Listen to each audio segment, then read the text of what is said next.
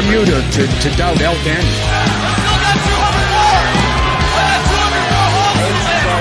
This is Robbie Eagles. This is the loosest in Australian wrestling, Adam Brooks. Hi, this is Mimic. This is 5 times the world's heavyweight champion, the Scrap Daddy himself, Scrap Iron Adam Pearce. This is Brian Alvarez, and you are listening to Wrestle Radio Australia. Welcome to the show, folks. My name is Josh Armour, and thanks very much for downloading Wrestle Radio Australia. This is our first episode. Oh, yeah! G'day, this is Big Brody Marshall. This is Brian Alvarez. This is Dean Brady of the Millennials. This is Jurassic Punk Sid Parker. How many of you guys have heard the term kayfabe? Hello, doggers. This is Jay Hunter from OSW Review. This is Matt Grim Basso. This is the loosest in Australian wrestling, Adam Brooks. This is Scrap Iron Adam Pearce, and you are locked in to Wrestle Radio Australia. I in the game, I'm champion, I'm Triple H. Undertaker, I'm your maker, bury the brother like Kane. Ooh, 1-3, hit the tombstone, hit the choke slam on face. Ooh, yeah, like a macho heel, tell like I'm muscle. If you suffer like tomatoes, I'ma keep a couple models. Ooh, and you may call me HBK. When I'm tuning up the band, you best be getting in my way. Ooh, yeah, I'm degenerate, I love it, yes, I love it. If you wait down with that, then I got 2 words for you, suck it. Too sweet, put your fangs up. Too sweet, hold another cup. Let's be busy, 23, got me feeling way too sweet. I was trying to make chicken salad out of chicken shit, and it was just awful. I've turned chicken salad into chicken shit. I will continue to do so. Here I was, blaming AEW for feeding you chicken shit, knowing you mindless millennials would be eating it up as if it were chicken salad, when it's really been your fault all along. Make chicken salad out of chicken shit. People is as people does, that's all there is to it. Put a square peg in a round hole, just never seems to fit. This is Bianca Belair. Hey, this is Kevin Owens. Hey, it's Seth freaking Rollins. It is the man, Becky Lynch. It's Rhea Ripley here, and you're listening to Wrestle Radio Australia. Hello and welcome to Making Chicken Salad, the Wrestle Radio Australia show, where we talk about everything going on around the world of wrestling. I am your invisible host, Lachlan Albert, and I am joined, as usual, by a man direct from Riot City. It's Todd Eastman. Todd, good to see you, mate. Good to see you, my friend. How are you? I'm doing good, and we are also joined by another man who has been professionally wrestling with webcams today. It's Mr. Jeff Setti. Jeff, how you doing, buddy? I'm good, voice of Lachlan. How's yourself, mate? I'm feeling disembodied at the moment, mate. Hey, that's not your house. Where are you? No, I'm in my house. What? I normally have the screensaver up, but you can't put it up when you're on a tablet. It's too much of a hassle. So he's back in jolly old Melbourne now. Oh, of course, returning after what seemed like a very successful run of WrestleBrania shows. What's going on with WrestleBrania, Jeff? If you say so. No, we had a lovely time in Adelaide. You guys saw one photo of me and a certain esteemed high school vice principal who actually put me on detention in the middle of the show. We had a lot of fun in Adelaide. If you're checking out our Instagram or TikTok, we are slowly putting up some interesting performances from some of these wrestlers, including one of my favorite impersonations ever, but I'll let you guess which one that is next week. I cannot wait to see that. But we've got to head straight into our top story, which I've got direct from Instagram today, if this is correct. A post from @Miss Karina Renee with, quote, @Jamie Apps Media added another ring to my finger and asked me a question that I almost forgot how to answer. Entered my fiance era last week with all the bonus points for asking me at my favorite ramen place. So a big congratulations to member of the Wrestle Radio Australia family, Jamie Apps, on his engagement. Yep. Round of applause for the big man. Well done. Even with that giant caterpillar on his lip, he's managed to get a successful proposal. So that's. I think it was because of. Yeah, you can't say no to the mo. Yeah. All right, I've been told that. I don't know if I agree, but congratulations. You can't grow one. It's true. It's hopeless. Congratulations to Jamie and to Karina on that. That's absolutely wonderful to hear. But look, we got some wrestling to talk about, and the wrestling we're talking about tonight is Riot City Wrestling Super Clash, the headline show from the Adelaide Fringe Festival. A massive one involving a 6-person tag main event, as well as a King of the Fringe gauntlet match, and etc., etc. First of all, let's talk about free on YouTube. Just head on over to YouTube, go to Riot City Wrestling Super Clash, get amongst it, check it out. It's 75 minutes. It's an hour and 15. It is in and out. And the fact that they packed a full 5-match card into that time, including a gauntlet match and a 23-minute main event, is incredible. Yeah, they really they move those shows along at quite the clip. I do know that the time frame for stuff at the Fringe is very, very tight. So you get a very tight window to bump in and bump out. So I dare say they were chasing light from the very moment they backed their truck up at the venue. Oh yeah, and I'm going to be I'm going to be honest. This looks like one of much like the weekend that we were there, because the weekend we were there was so very hot. It was so very hot, and this looks similarly steamy in that tent, because you saw several people trying to fan themselves for some kind of relief. So well done to everyone who wrestled, because it was pretty warm. Yeah, absolutely. And I think overall, like, even before we get into it, for a show that goes an hour and 15, like, this is absolutely worth your time. It's not long. It's free on YouTube. It's got genuinely some of the best wrestlers in the country on the card. It was a really impressive thing to watch, and the crowd were very clearly into it as well. The production's all there. And I think that sometimes these Fringe shows, because it's not a traditional wrestling crowd, you can get some interesting stuff going on in terms of how the fans react to things. But I think that Riot City did a particularly good job of putting on matches that a Fringe crowd would be able to engage with. There were lots of, upfront characters who were easy for fans to cheer or boo without knowing much about them. While not sacrificing the in-ring quality. I thought that was really Lachlan, I'm not trying to be that guy, but you're very much chopping in and out. I don't know if it's the same with Todd, but you are dropping in and out of it. It's not that question, it's whether he's dropping in and out. I will just have to talk a little bit less and pass it over then. Opening match, Katie Trey with 4 members of SWAT managing to defeat Nick Armstrong, but the reveal of Richard Gouda and Jimmy C as the additional SWAT had Nick Armstrong's brother coming out to make the save. Todd, what did you think? I like, all in all, the match was really good, because like Katie, we've talked about how much we like Katie, like every time we review a Riot City show with him on it. And Nick Armstrong is one of the best workers in the country that's like going. So there was always going to be a really good match.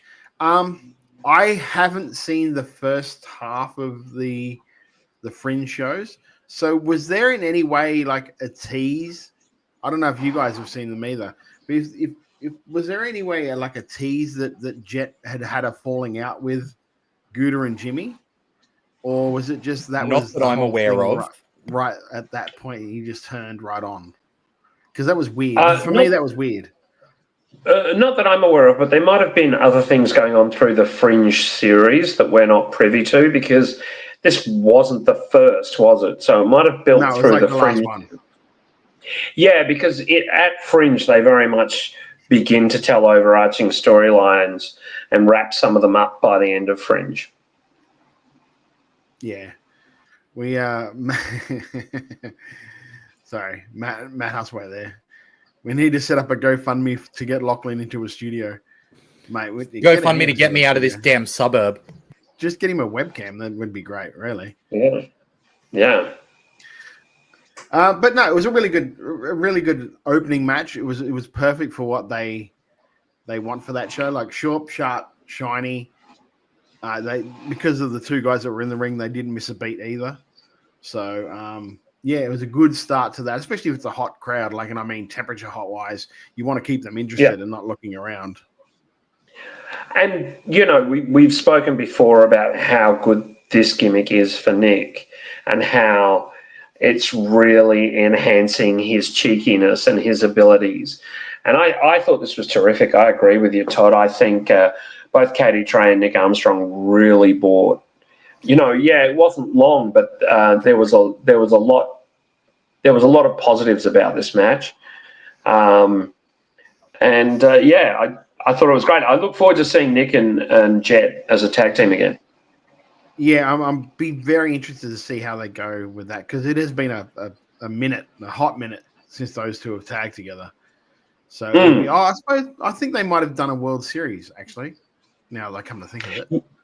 Yeah, but tagged together at their home federation. Yeah, quite some time. So it'll be interesting to see how they go with if they somehow it's going to be interesting to see how they meld this new version of Nick into that team, because the original like Armstrongs were very white meat baby faces. Yeah. So, and Nick is very much not a white meat baby face anymore. He's got a little bit of grizzle on him. The champ is a very different vibe. Yeah, exactly. So it's going to be interesting to see how they work that out going forward, and what type of a character Jet will be as a babyface is another little equal to the thing that we'll see. Yeah, it will be. It will be very, very interesting. I agree with you.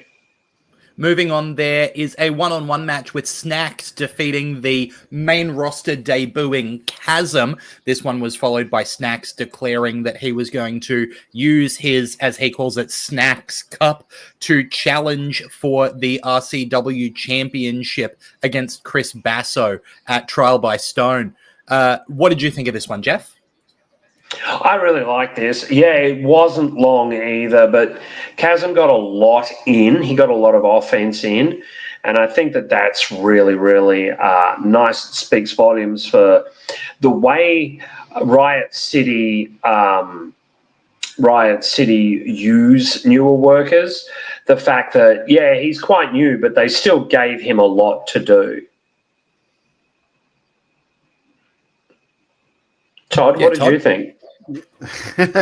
I understand why this match was here, and like, because you had to get Snacks out there saying he was going to cash his cup in for his challenge to set up going further with Chris Basso and all of that.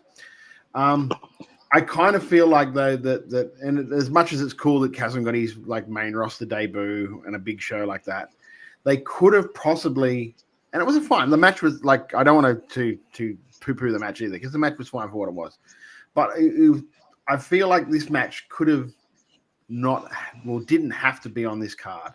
They could have given a little bit more time to the next match that we'll talk about, just for the nature of what that match was. But like, it was good for what it was. Like, Snacks is like continues to improve, and I'll be interested to see how he does with Chris coming up, because.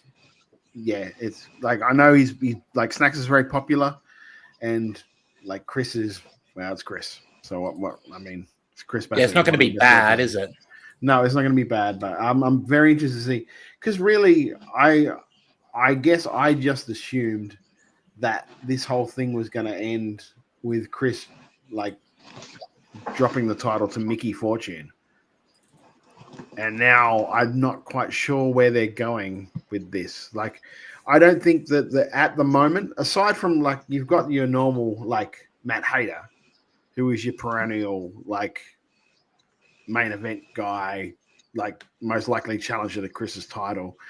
There's no really, when I look over the roster, like standout babyface that I could see rising up to take on to defeat Chris, if that makes sense.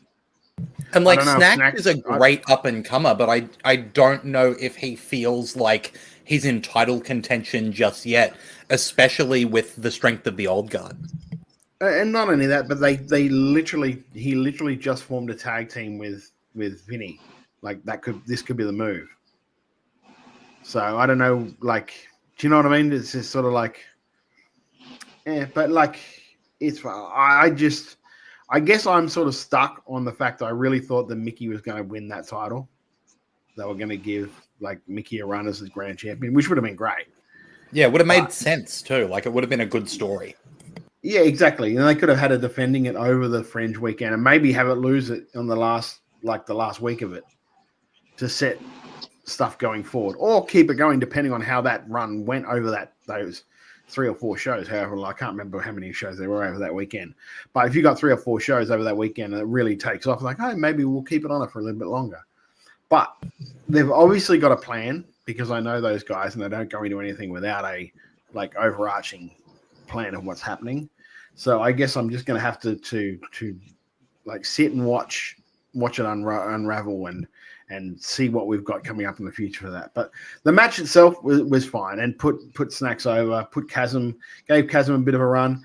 I still think he's kind of confused what his character is.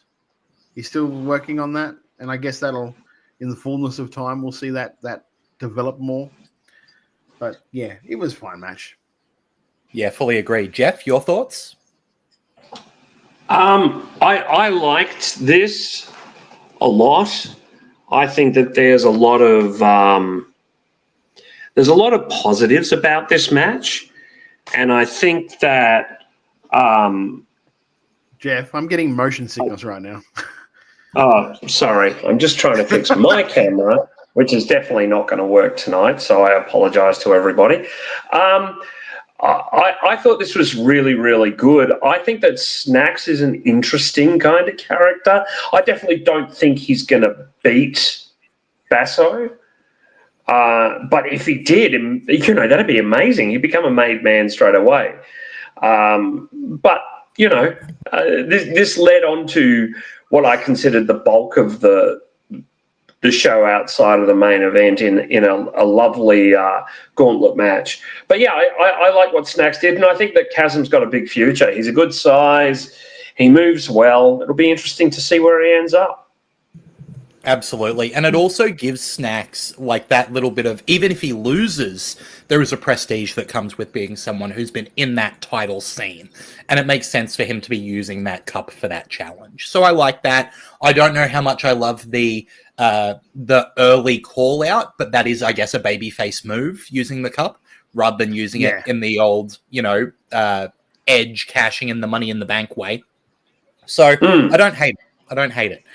Moving on to, as you said, Jeff, kind of the main attraction here is the King of the Fringe Gauntlet match. Here we had 6 competitors, one after the other, starting with Red Smash 2 rolling up Amber and then following it up by rolling up B.O.B., the bitter old bastard, before trying it again on Sigma and not managing it, with Sigma going on a run, defeating Red Smash 2, then Hugh Beauty, and then Mickey Fortune to become the new King of the Fringe. I feel like this was a pretty obvious decision once Sigma was in this match, at least as far as once Kaitoa was removed from the match and replaced with Amber on some fairly short notice. What did you think of the gauntlet here, Todd?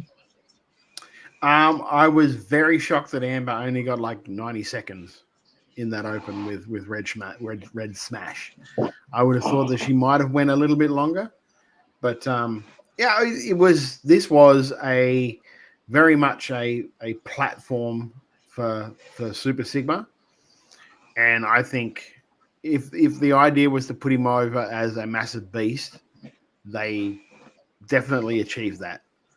Because when Mickey came out last, I thought, I think she's going to win this, and it'll set up her and Zach, which is it's a fun little dynamic you've got going forward, like husband and wife, like challenging for a title.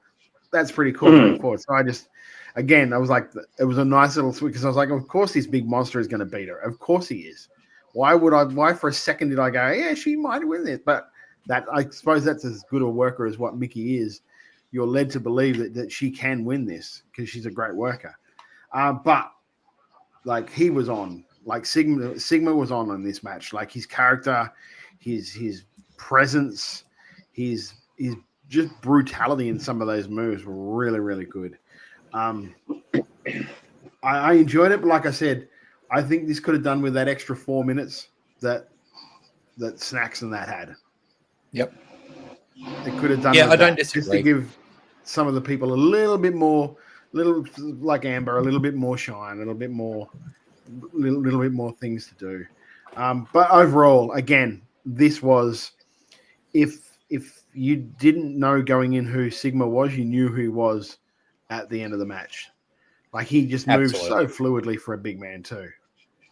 Also worth crediting, as usual, like we do on these shows, the RCW commentary team just at the top of their game, as usual, making it very believable, not only within kayfabe, but also from a storyline perspective, that anyone could win this match. I thought that was excellent stuff, especially towards the end where they played up that, you know, there was a really interesting story with Mickey winning and a really interesting story with Sigma winning, because Sigma's obviously got that history with Sabbath from the tournament that they had previously.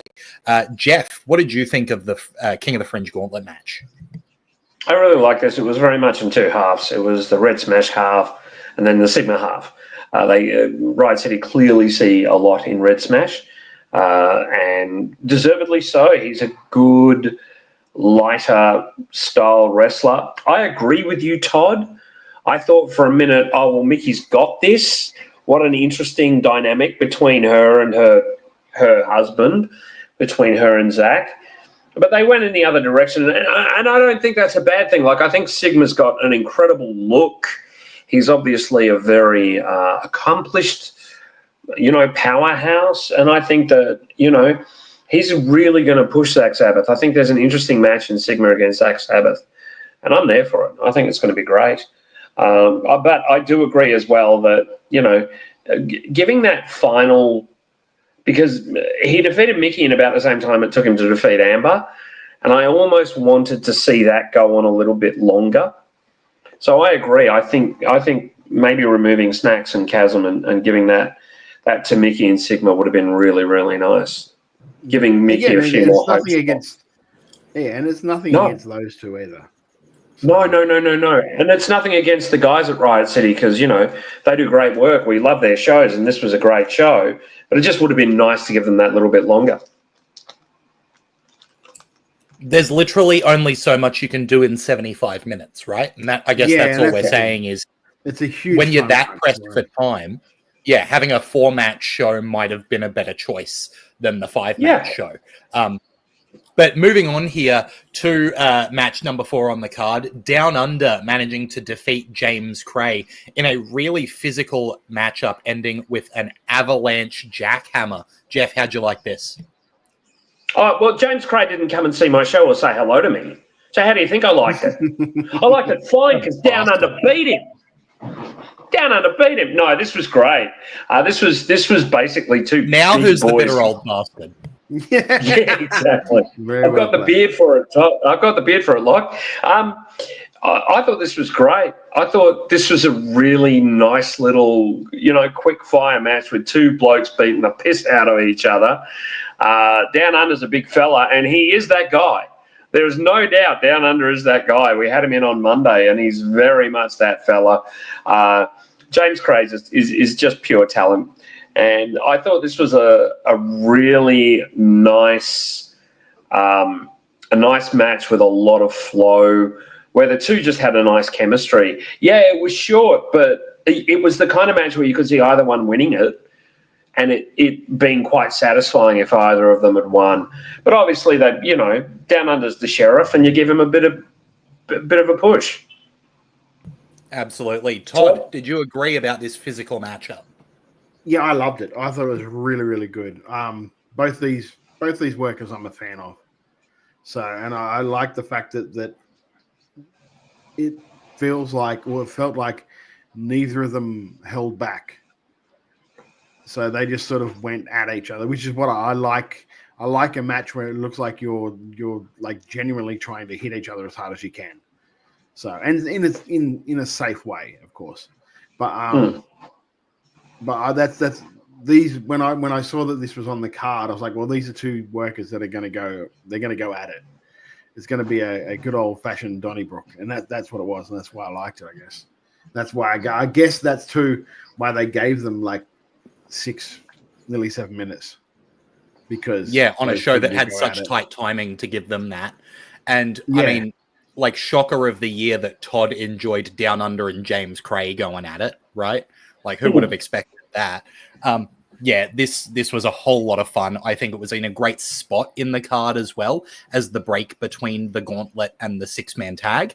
And I also really like James Cray taking more of that hard edge heel persona when he's got an opponent like Down Under, because he's not changing who the character is. He's just changing how much his aggression is pointed at the crowd rather than his opponent, which I really like as a way to maintain a character but change that dynamic depending on your opponent. Liked it a lot. Yeah, and that's always hard when you turn from a heel to a babyface to find that careful balance. That's right. Main event time, though, 6-man tag match. The old guard of Chris Basso, Dean Brady, and Mr. Cliff were accompanied by Benjamin Rosenthal and Violet Blitz up against Banjo Powers and Party Guy Ty, with their mystery third man being someone that I'm getting very used to seeing as a mystery entrant. It's Matt Hayter. Hayter turning the team into the Mega Ego Party Powers once again, and looking like they were going to get destroyed, with Banjo Powers taking a lot of offense through this match. Obviously, as a 23-minute main event, it becomes a bit of a cluster throughout, with Violet Blitz getting ejected and then coming back when the referee gets knocked down, and Mr. Cliff accidentally hitting Blitz with the ruler, and a little bit of dissension within the old guard between Dean Brady and Chris Basso for just a second. What did you think of this main event, Todd? We obviously didn't see, or we haven't seen, like, Violet when she joined, but that is the perfect addition to the old guard. Having her in that group, she is perfect for that group. I was so happy when I saw that had happened, because I'm like, wow, that just talk about like hand glove, perfect for it. They took like 5 minutes just before they even touched, just out of anticipation of the crowd was up for it and all that stuff, which is cool to see. I mean, you pretty much knew as soon as those two said we have a mystery partner who that was going to be, because he's like, that's their group. So you kind of knew who that was going to be. But still, the pop for Matt coming out, you'd think he would have been away for like 3 or 4 years. But it had only been a couple of months, and he's come out like a returning hero. And if you'd been paying attention, you knew that he was at the Fringe. So, like, yeah. I had no idea. Yeah, you did. Thanks, you gave me Jeff. that thing with the wrong thing to start with, and you said his name like 2 episodes ago by accident. Who? Yeah, you. No, I was completely shocked. No, yeah. Okay. But how's me just calling him out? The match was great. The match was great, and it was what they needed to send people home happy at the end of this, like the Fringe festival for RCW, having those 3 come out on top. And of course, when you've got Mr.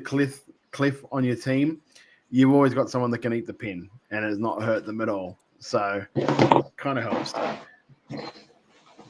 He's such an asset. I love Mr. Cliff. Jeff, what did you think of the main? I mean, you guys both know that Mr. Cliff and I hung out a little bit in Adelaide and had a great old time. So hello, Mr. Cliff.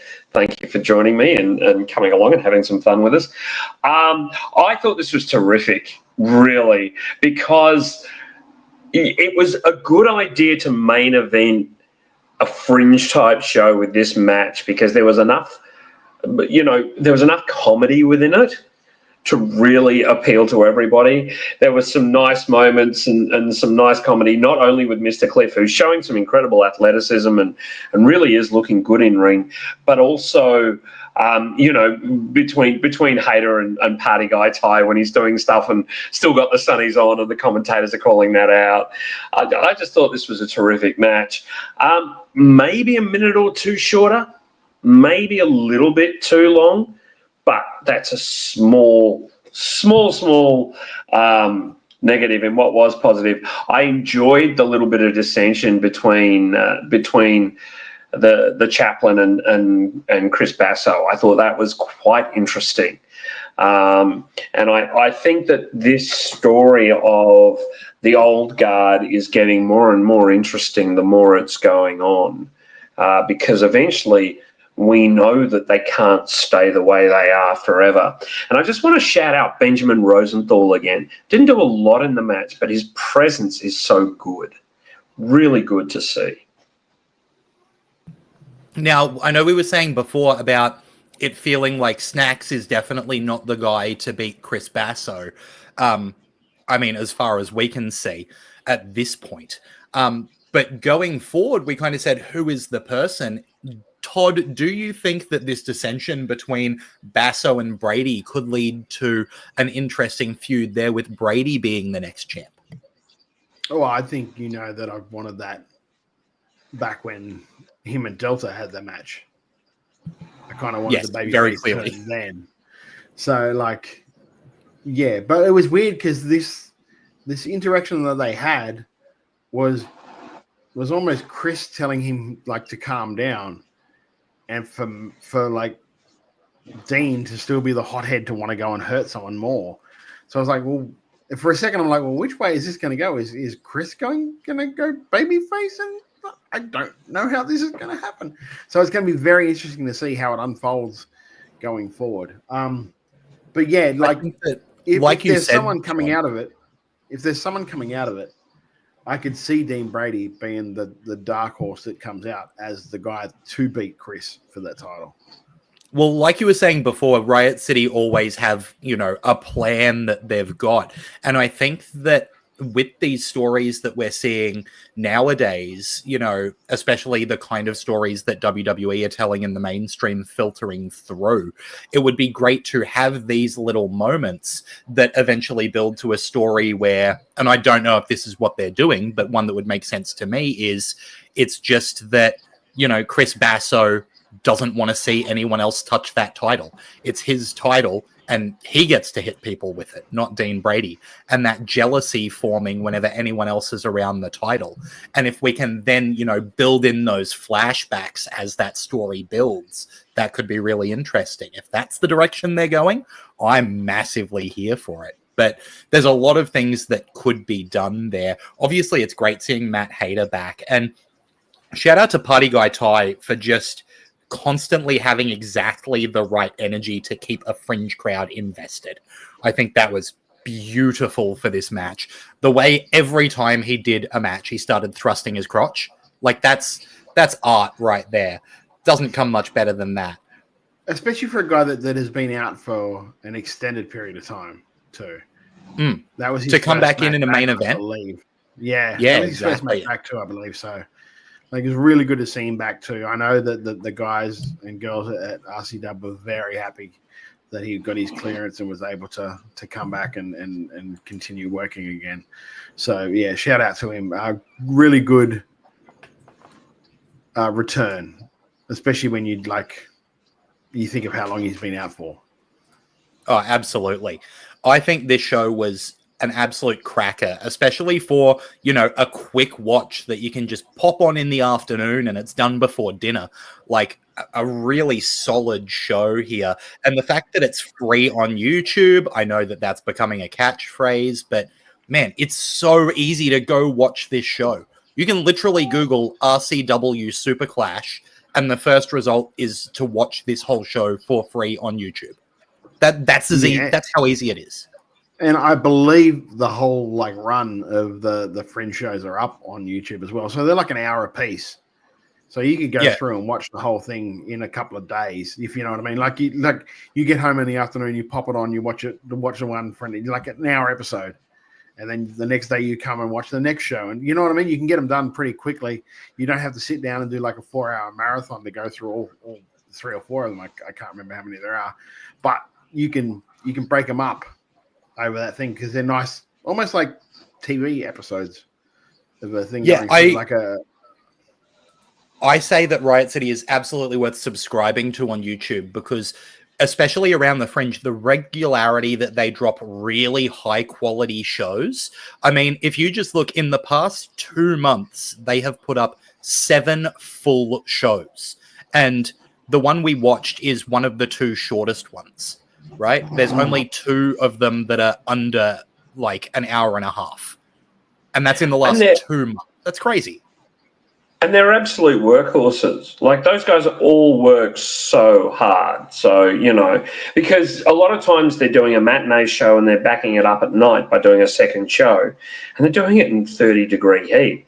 We did a Monday night, we did a Saturday night show with Dean Brady and Matt Hayter. And the temperature on stage was 42 degrees. And those guys gave it everything. Like, they're used to that. And I mean, it was excessive, but they're fantastic. Just great. Oh, what talents. And that's, like we said, going through this card, there wasn't a bad match on it. Like, I think the only criticism we had is I wish there was more time for something else. You know what I mean? Yeah. That was the only thing we said is this match would have been better served with that time elsewhere. That's not a criticism. That's, we want to see more. So yeah, instead of an hour 15, if they had like an hour 45, that would have been perfect, I think. Oh, it would have been incredible. So absolutely check out Riot City Wrestling SuperClash. It's free on YouTube. You can Google Riot City Wrestling SuperClash and it's the first result. You can find the link in the description of this podcast. We've got Matty Huss in the chat. Matt in the chat saying so much great Aussie wrestling on YouTube. Great to see so many promotions making getting shows up a priority nowadays. Speaking of, there are 2 shows up on YouTube right now. Some of the most recent shows from both Oz Pro Wrestling and Renegades of Wrestling, which were both on last weekend, I want to say. They've both made it up to YouTube already. You can check those out. No. Sorry, Lachlan. Oz Pro Wrestling was about 3 weeks ago. Yeah, you're right. My goodness, time is flying in the world of wrestling. There is too much to keep up with, right? Like, just this weekend alone, if you're in the ACT, you can go to Slam Pro Wrestling League's Reload Bar and Games. That's on Saturday, March 22nd. If you're in before you continue, sadly, that's the last night at Reload. That venue is shutting, and they've been really supportive of Slam Pro Wrestling. So if you guys want to support Reload or want to support Slam Pro, go along to that show. It's going to be a lot of fun. Yeah, absolutely. Don't miss that and Slam have been doing incredible stuff. Every time we've seen them, we've talked about how good the stuff they're putting on is, and the crowd is so behind them as well. So support that venue for sure.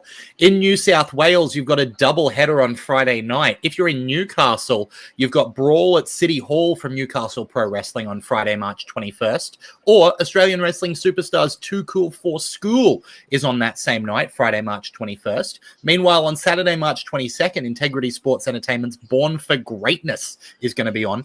Up here in Queensland on Saturday, March 22nd, you've got a couple of options. First of all, you could head to Venom Pro Wrestling's Ascension 6, or if you're willing to make the trip up to see Todd and I, you can come to Wide Bay Pro Wrestling's Rising Tide 2025, which has Wide Bay versus QWA, a 10-wrestler one-night tournament on top of like a 4-way dance women's match, on top of a 6-man tag with the current tag team and heavyweight champions on one side versus some challengers on the other side. Like, just a ridiculously stacked card for that one. I know I'm giving that one a bit of extra time, but man, am I excited for that show. And then top of that, like, sorry, before you go on, it's pretty awesome that you can get 2 promotions that will work together like this. I know we had the Super Show where you had like all the promotions around the country and around, but just for it to be like a regular tournament show, regular show that's happened to be a tournament, and be able to get like workers from a different federation that a lot of people hadn't seen before, especially in White Bay, they wouldn't have seen a lot of these guys before working in this sort of thing. It's a really, it's not lost on me how big that is. I know it doesn't seem like it because it's just a It's like our tournament show that we would do once a year because we don't do rumbles. We just do those instead because everyone's doing a rumble. And I just like, why don't we just be a little bit different?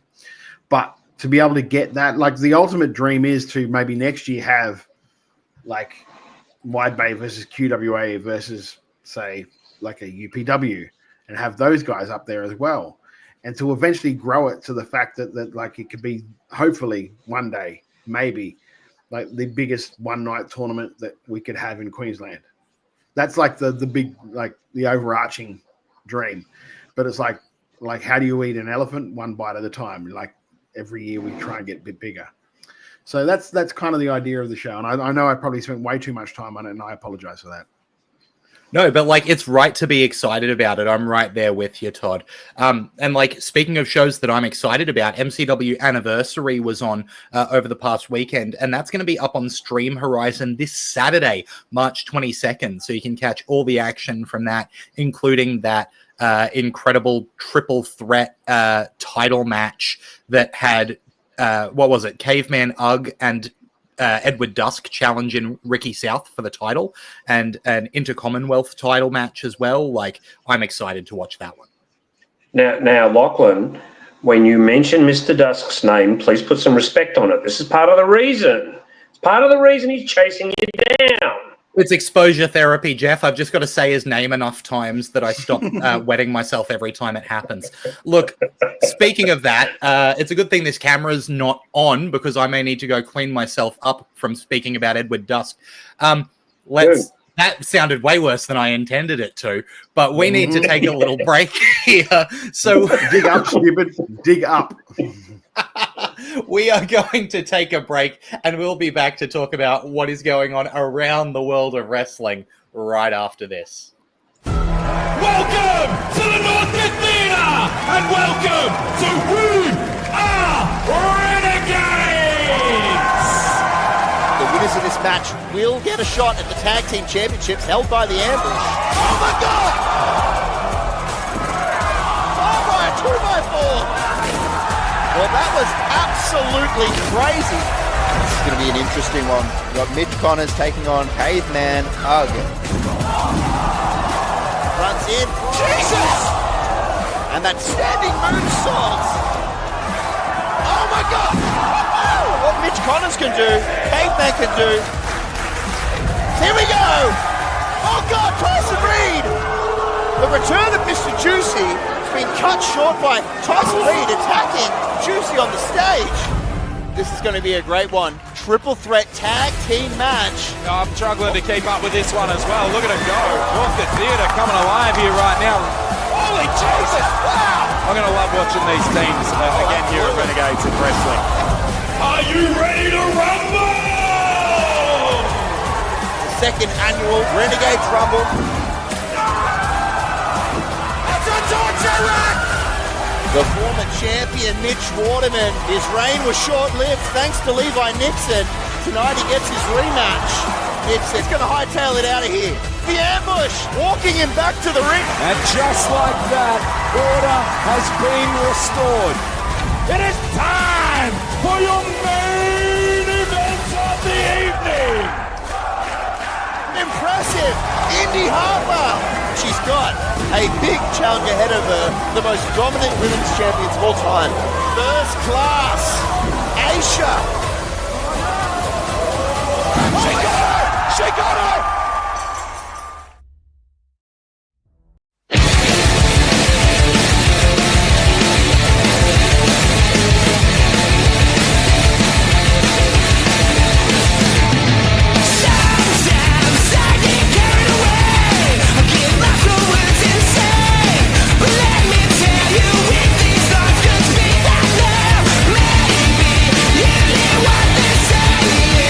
Maybe you would listen.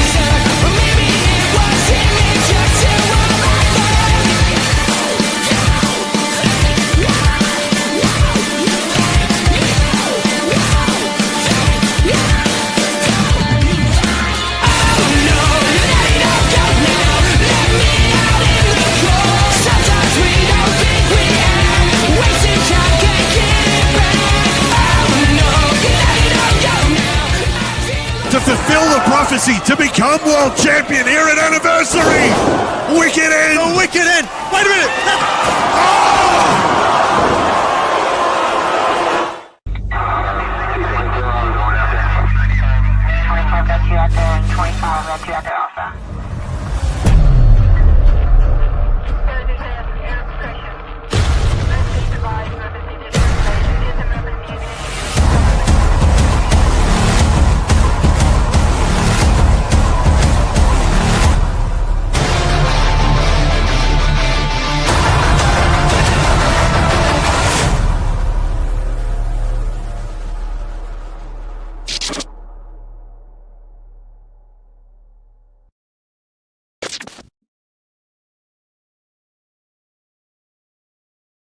Hey guys, hello Melbourne. WrestleBrania is coming back. Renegades of Wrestling presents WrestleBrania. WrestleBrania. At the Melbourne International Comedy Festival 2025. Melbourne Comedy Festival. Join us at the Burgee Band Room, Sydney Road, Brunswick on the 30th of March, the 6th of April and the 13th of April. And get your tickets at WrestleBrania at the Comedy Festival right now. Tickets are on sale now. Buy ticket. Make sure you get your tickets to it.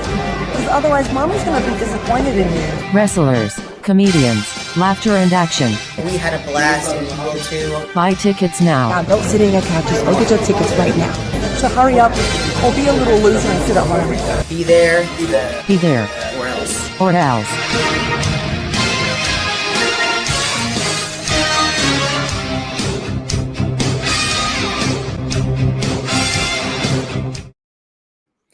Welcome back to Making Chicken Salad, the Wrestle Radio Australia show, where we talk about everything going on around the world of wrestling, and there is plenty to talk about in the world of WWE. We got a new tag team champion. Just before you go on with that, I'd just like to also mention one show that wasn't mentioned in the lineup of things that are up on YouTube is Mayhem Mania 2. Yes. As a lot of people know, I had the pleasure of talking to several performers before Mayhem Mania 2, including JXT and Erica Reed and Jab. If you want to check out those interviews, amongst some others, please go to our YouTube channel. They're on there now. But that show is now up on YouTube for free as well. And it's commentated by some Matt guy. I don't know. He's often that guy. in the chat. I don't know. Is he in chat sometimes? Yeah. Yeah. I hear good things. So yeah, he did a great job. So please check that show out. I honestly think it's one of my favorite Australian shows of the last probably 3 or 4 years. It's an absolute banger. Also worth checking out those interviews that Jeff did backstage at Mayhem Mania 2. I especially love the Erica Reed interview, her talking about the way, she's infusing culture into the stories that she's telling for the next generations. And on top of that, what her outlook is like, going forward. I thought that one was especially excellent. Bloody DJ saying Erica Reed is intense. I can't wait to see her live one day. An absolute treat. But let's turn our attention over to the other side of the globe, where in WWE, there are new WWE Tag Team Champions on as of Friday's SmackDown. Montez Ford and Angelo Dawkins of the Street Profits having their third main roster tag team title reign with the company. I've got to be real. I think it's about time for these guys to be back with the gold. They're always good. They always deliver. We've talked a lot about Montez Ford having singles potential that seems to always be tomorrow. I love seeing the Street Profits with the gold. What do you think, Jeff? I love it. Let's be honest, that tag division on SmackDown gets hotter and hotter by the minute. And I love it. I think really, really deserving champions. And it was a good little match. Like, that match had a lot of pace and a lot of heat. And I really liked it. Yeah, Todd? I think it's great. I don't think it's going to be for long, though. I got this feeling that they're going to hot potato this title around these 5 teams until WrestleMania, and then just do it in a big blow-off ladder match. Yeah, unfortunately, that doesn't sound wrong. Yeah, I was kind of a little shocked that they won it, to be honest with you, because I thought, I just figured maybe that DIY would somehow, by hook or by crook, keep those titles all the way up to WrestleMania, and then that's when you lose it to, say, the Street Profits But it another thing that's hard, like, and you guys could tell me, are they heels or are they faces? Because they did a kind of a heely thing when they helped DIY keep the titles against Motor City Machine Guns. But then they were kind of baby faces on SmackDown this week.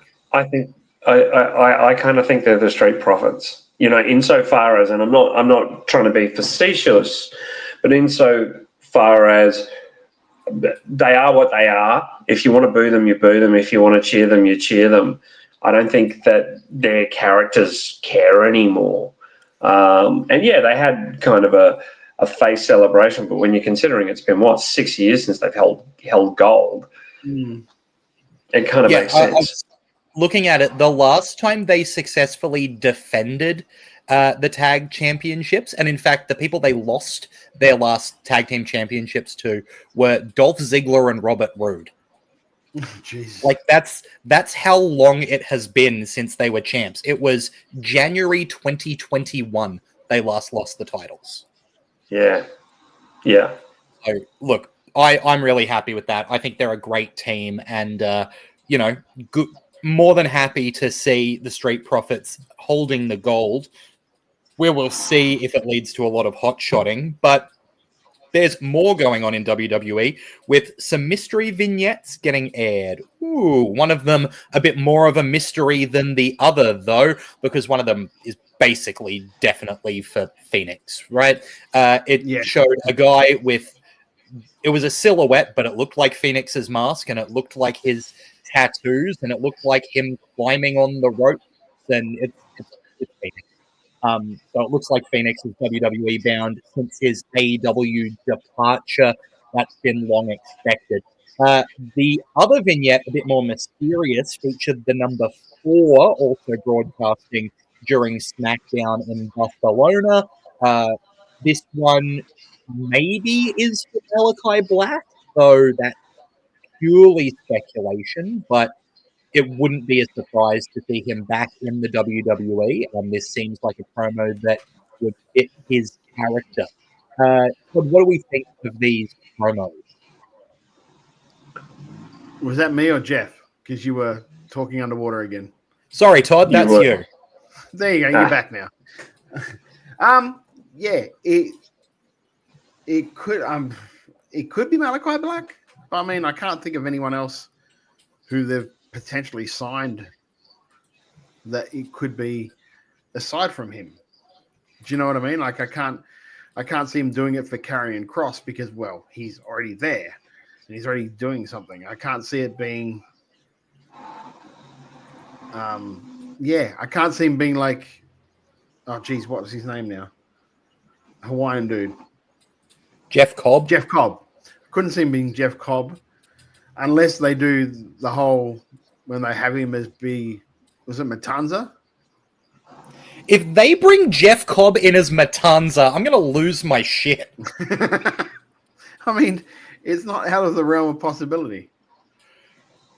Man, just that thought in my head now. Oh, I'm already popping for that. Jeff, what did you think of these? Firstly, I'm glad your camera's off. I think it's most interesting. I think, but we're missing an obvious connection here. It's the number 4. Ric Flair's still alive. Arn Anderson's still alive. Tully Blanchard's still alive. They get Brian Pillman Jr. You've got the 4 Horsemen. I hate when you get like this. And Ric Flair's been training. He's put videos up of him bumping, so... No, exactly. Those videos are from when he trained the first time. He's trying to pass them off as new videos. Yeah, that's because I saw them when he was training the first time for his match. In all seriousness, I think this is terrific. I think if it is Malachi Black or Aleister Black, because that's probably what he will be known as, that's really cool. I think it would be really awesome, and this is just some fantasy booking, if Cody beats Cena and then Aleister Black runs in the ring and just attacks him, because that kind of pays off some stuff from earlier.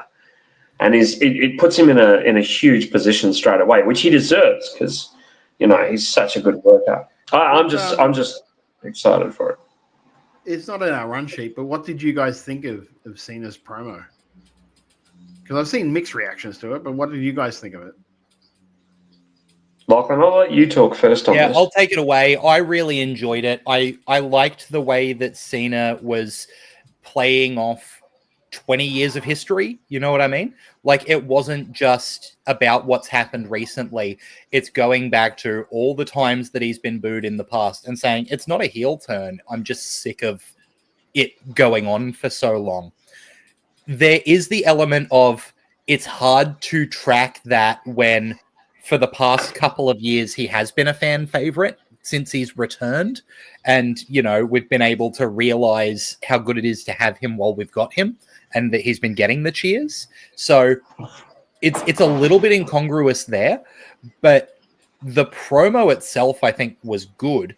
The bit that I loved was the way the production framed him and Cody in that segment. I don't know if you've seen the photos that have been taken, but they turned off all of the lights on the ring where Cena was while Cody made his entrance. So any of the photos that have both of them during Cody's entrance have Cody bathed in light and Cena standing in shadow. And that's the kind of stuff that WWE is doing at the moment that I can't get over how much I love it. Like, to me, that's what wrestling can and should be doing. Right. I'm going to be the divisive point here. I liked it less than you. I don't know what your thoughts are yet, Todd. I found the promo, the half an hour, again, these things are going on way too long, very meandering. I think while it looked at history, it could have done with a video package. It could have done with Cena going, I put this together. You know, and then, you know, them showing Bryan Danielson beating him and going, and where is he now? He's gone off somewhere else. He doesn't care about you. I did, and all you did was boo me the entire time. A little video package putting that together would have been so much stronger and given it so much more relevancy than a meandering near 12-minute promo that just kind of waffled a bit for me, to be honest. Todd, you're shaking your head, so you clearly don't agree with me, even though I'm right. No, you're 100% not right, which is fine. Yeah. I am. No, but it's fine. Like I said, it's fine. You can be you're completely entitled to be wrong. All anyone has wanted to do since Elimination Chamber was to hear John speak and to see what his reasoning was. So, of course, you're going to give him that time to do it. And it wasn't, I don't think it was meandering at all, because I think he put out exactly why he's going to look, I've been angry for 12 years, so you're going to get 12 minutes of me why I was angry. And the whole thing and Alex Firehart said, and this is exactly one of the things I loved about this. Oh, now I can't do it. Where did it go? Sorry, my computer had fun then.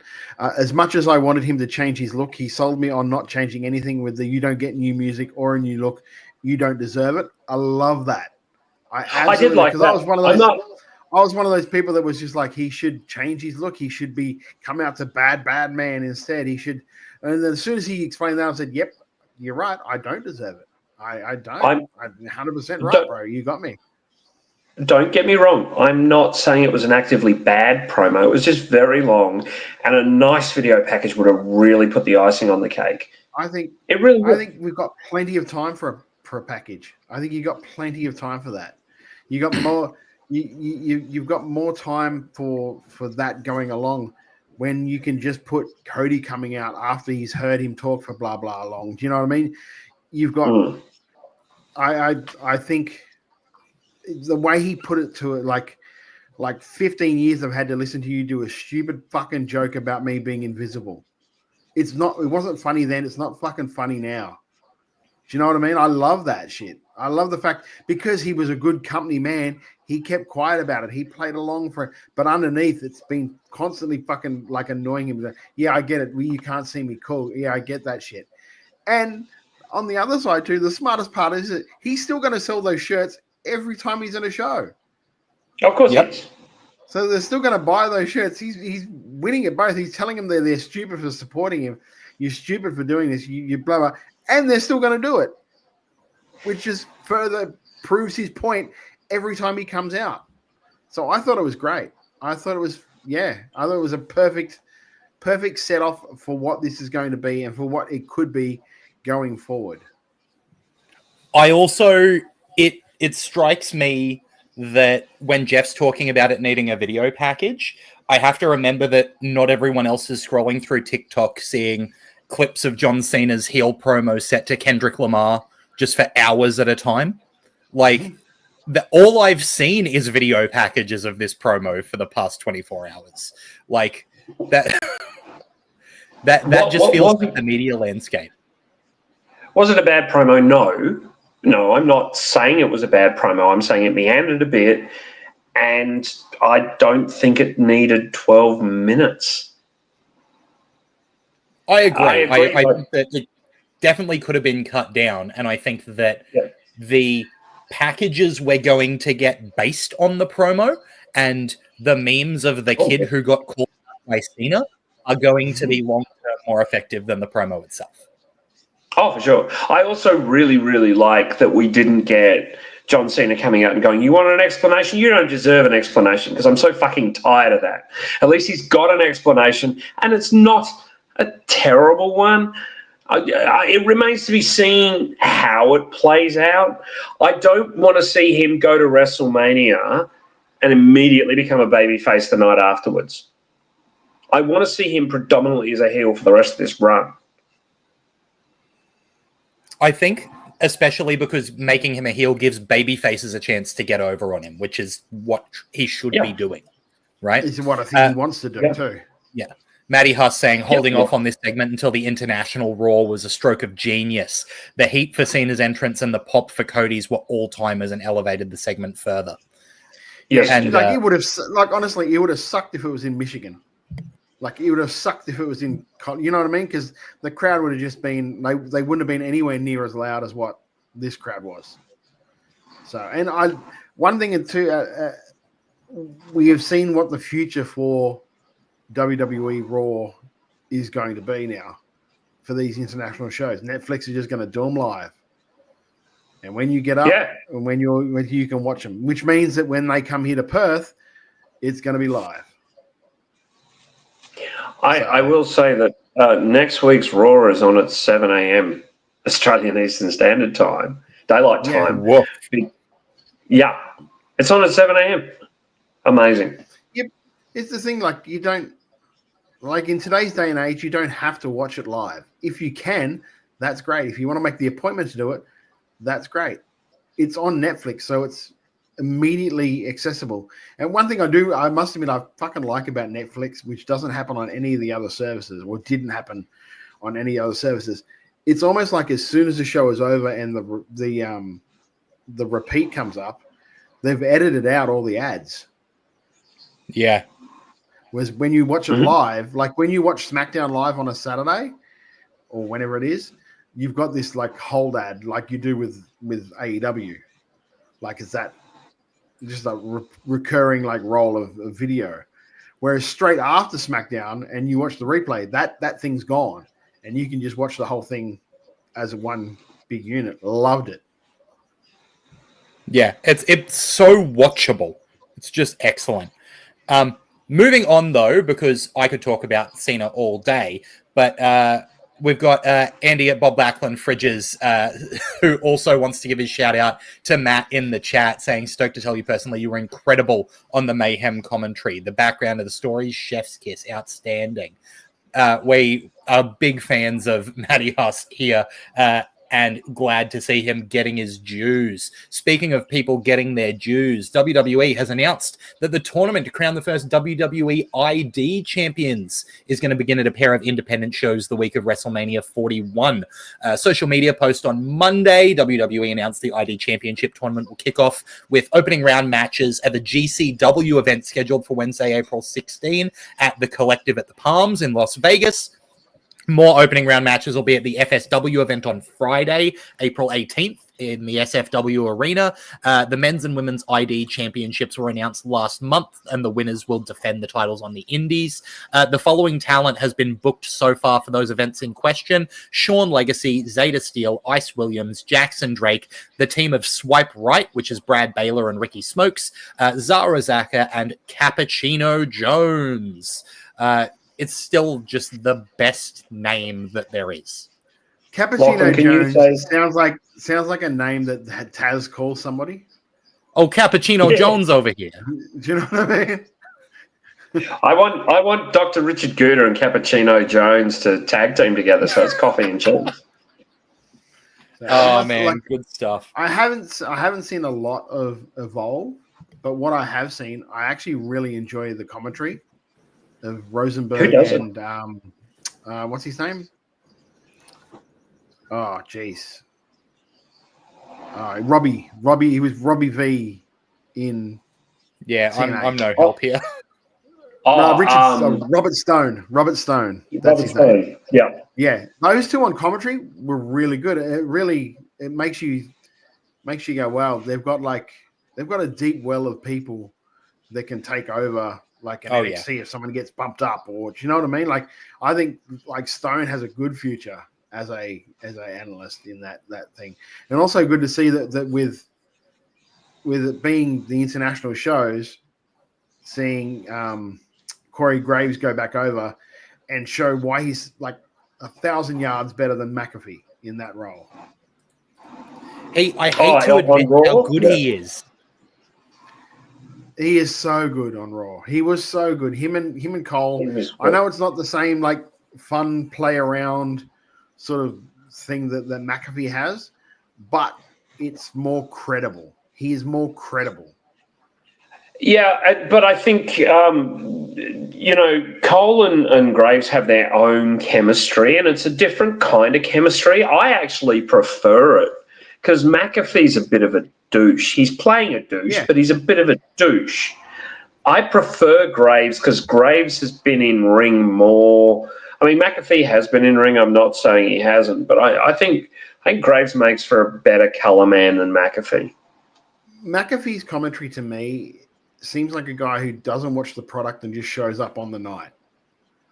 Yeah, I would agree with that. Whereas with Graves, he knows the whole story going on. He knows. He's like, it's the same with Booker T. I don't think Booker T watches anything aside from Booker T.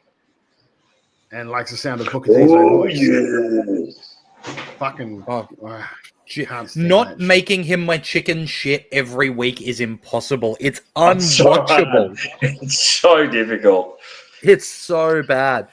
Speaking of so bad, we do have to talk about AEW on this show, unfortunately. AEW and Tony Khan have responded to Ryan Nemeth's lawsuit against them with a legal filing of their own. Post Wrestling reports that a petition was filed Friday on behalf of Khan and AEW in federal court in Florida to compel arbitration in Nemeth's lawsuit. Friday's filing only pertains to Khan and AEW, not CM Punk or any of the 20 potential John Does outlined as defendants in the lawsuit. AEW and Khan are also asking that Nemeth be responsible for AEW's attorney fees with regards to this matter, according to the Pro Wrestling Report. The attorney arguing on Khan and AEW's behalf also stated in Friday's filing that the amount of money at issue in the lawsuit exceeds $75,000, therefore should be handled in federal court and not at the state level where Nemeth filed the suit. I'm struggling to care. I like when I saw that last part, I thought Nemeth is about to get screwed. Yeah, over 75 grand against AEW. It's well, not only that, but like if he loses his case and has to pay the attorney fees for AEW on top of not winning the case, which is a high possibility because he's literally said in part of this argument that like it has affected his ability to be booked in other places when he's literally on TNA Impact. He's been on World Series Wrestling tours since that happened. Yep.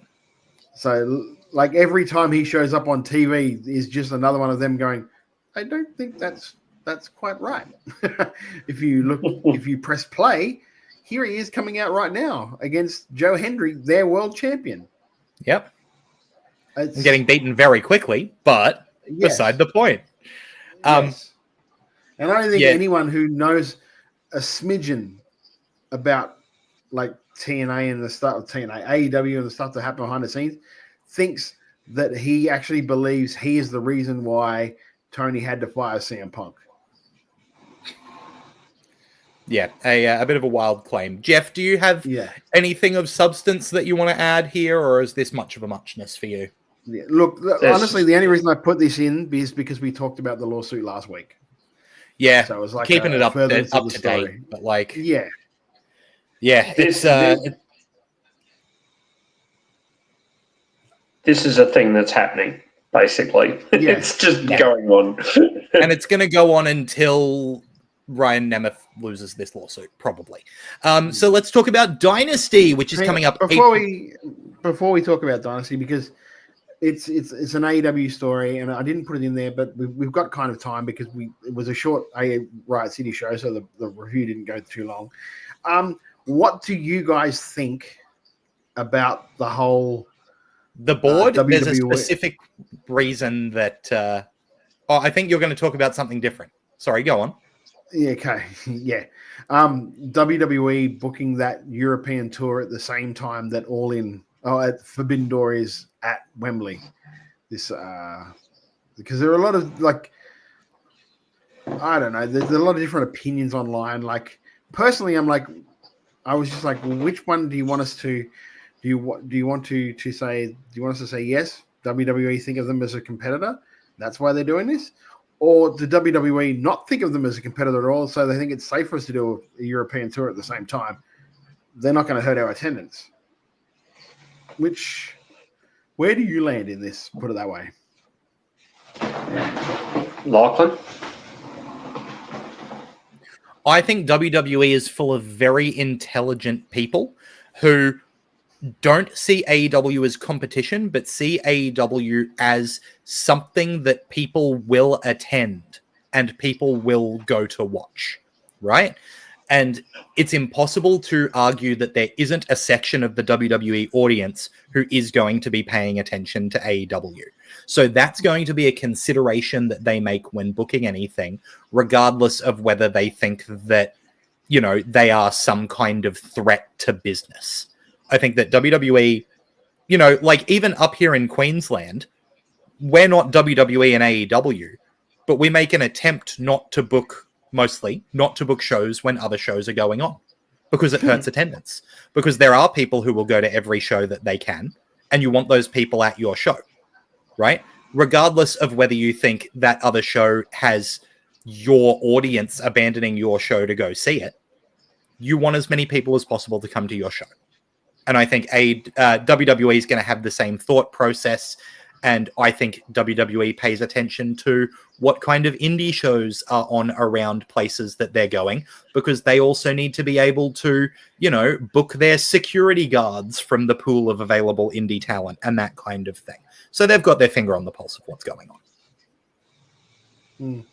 But do you think, obviously they, AEW have gone out of their way to say that they want to be a challenger brand, but then are upset when WWE sort of treat them like one?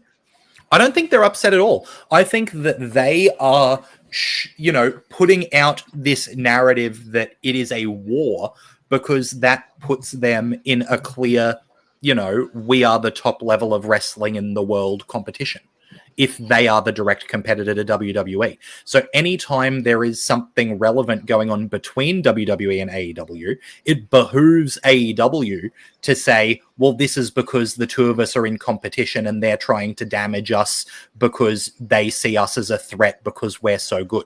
That's marketing. Yeah, I suppose. Jeff?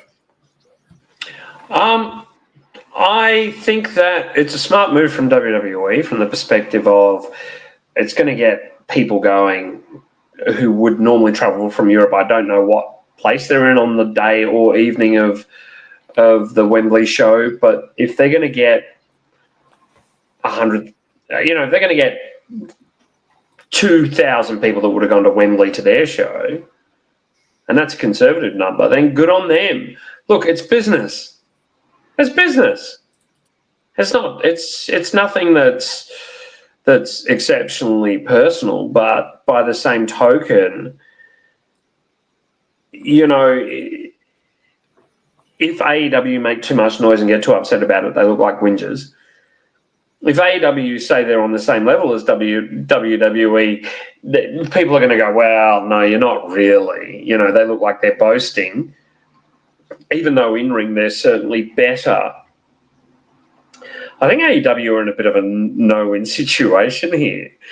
But it's going to be interesting to see how it plays out. And also, who has meetings while they're in Europe? Who scoots out from AEW to go to a meeting with WWE or vice versa? I think that's going to be a really interesting thing. Yeah, hang on. I'll just have a look and see where they are on the same night. I think is it August 23rd? Or when's the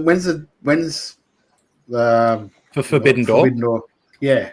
It's August 24th. It's the Sunday. Okay, so they'll be in Newcastle. It's going to be the 20. Yeah. So WWE will be in Newcastle on that night. See, that's interesting because Newcastle has a history, is very historied when it comes to pro wrestling. And, you know, a lot of fans emanate from the Newcastle, Sheffield area. So it's going to be interesting to see. It's also just a house show. It's not like they're putting on a big show for it. It's just a house show. Yeah, but all WWE have to do is throw some money at Netflix or say to Netflix, hey, we've got an extra show we want to put on a Sunday night from England. And Netflix will go, sure, it's more content. It's getting reasonably good ratings. Let's go. Yeah, I don't think there's any money at all. I just think they say to Netflix, hey, can we bring some cameras along? Yeah. Well, they'll already be there because the next night, August 25th, they're in Birmingham doing Raw. Oh, of course, doing Raw. So they've already got all their equipment ready to go. Yeah.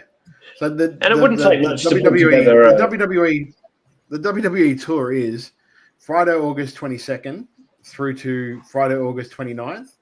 And they're doing 1, 2, 3, 4, 5, 6, 7, 8 shows. Yeah.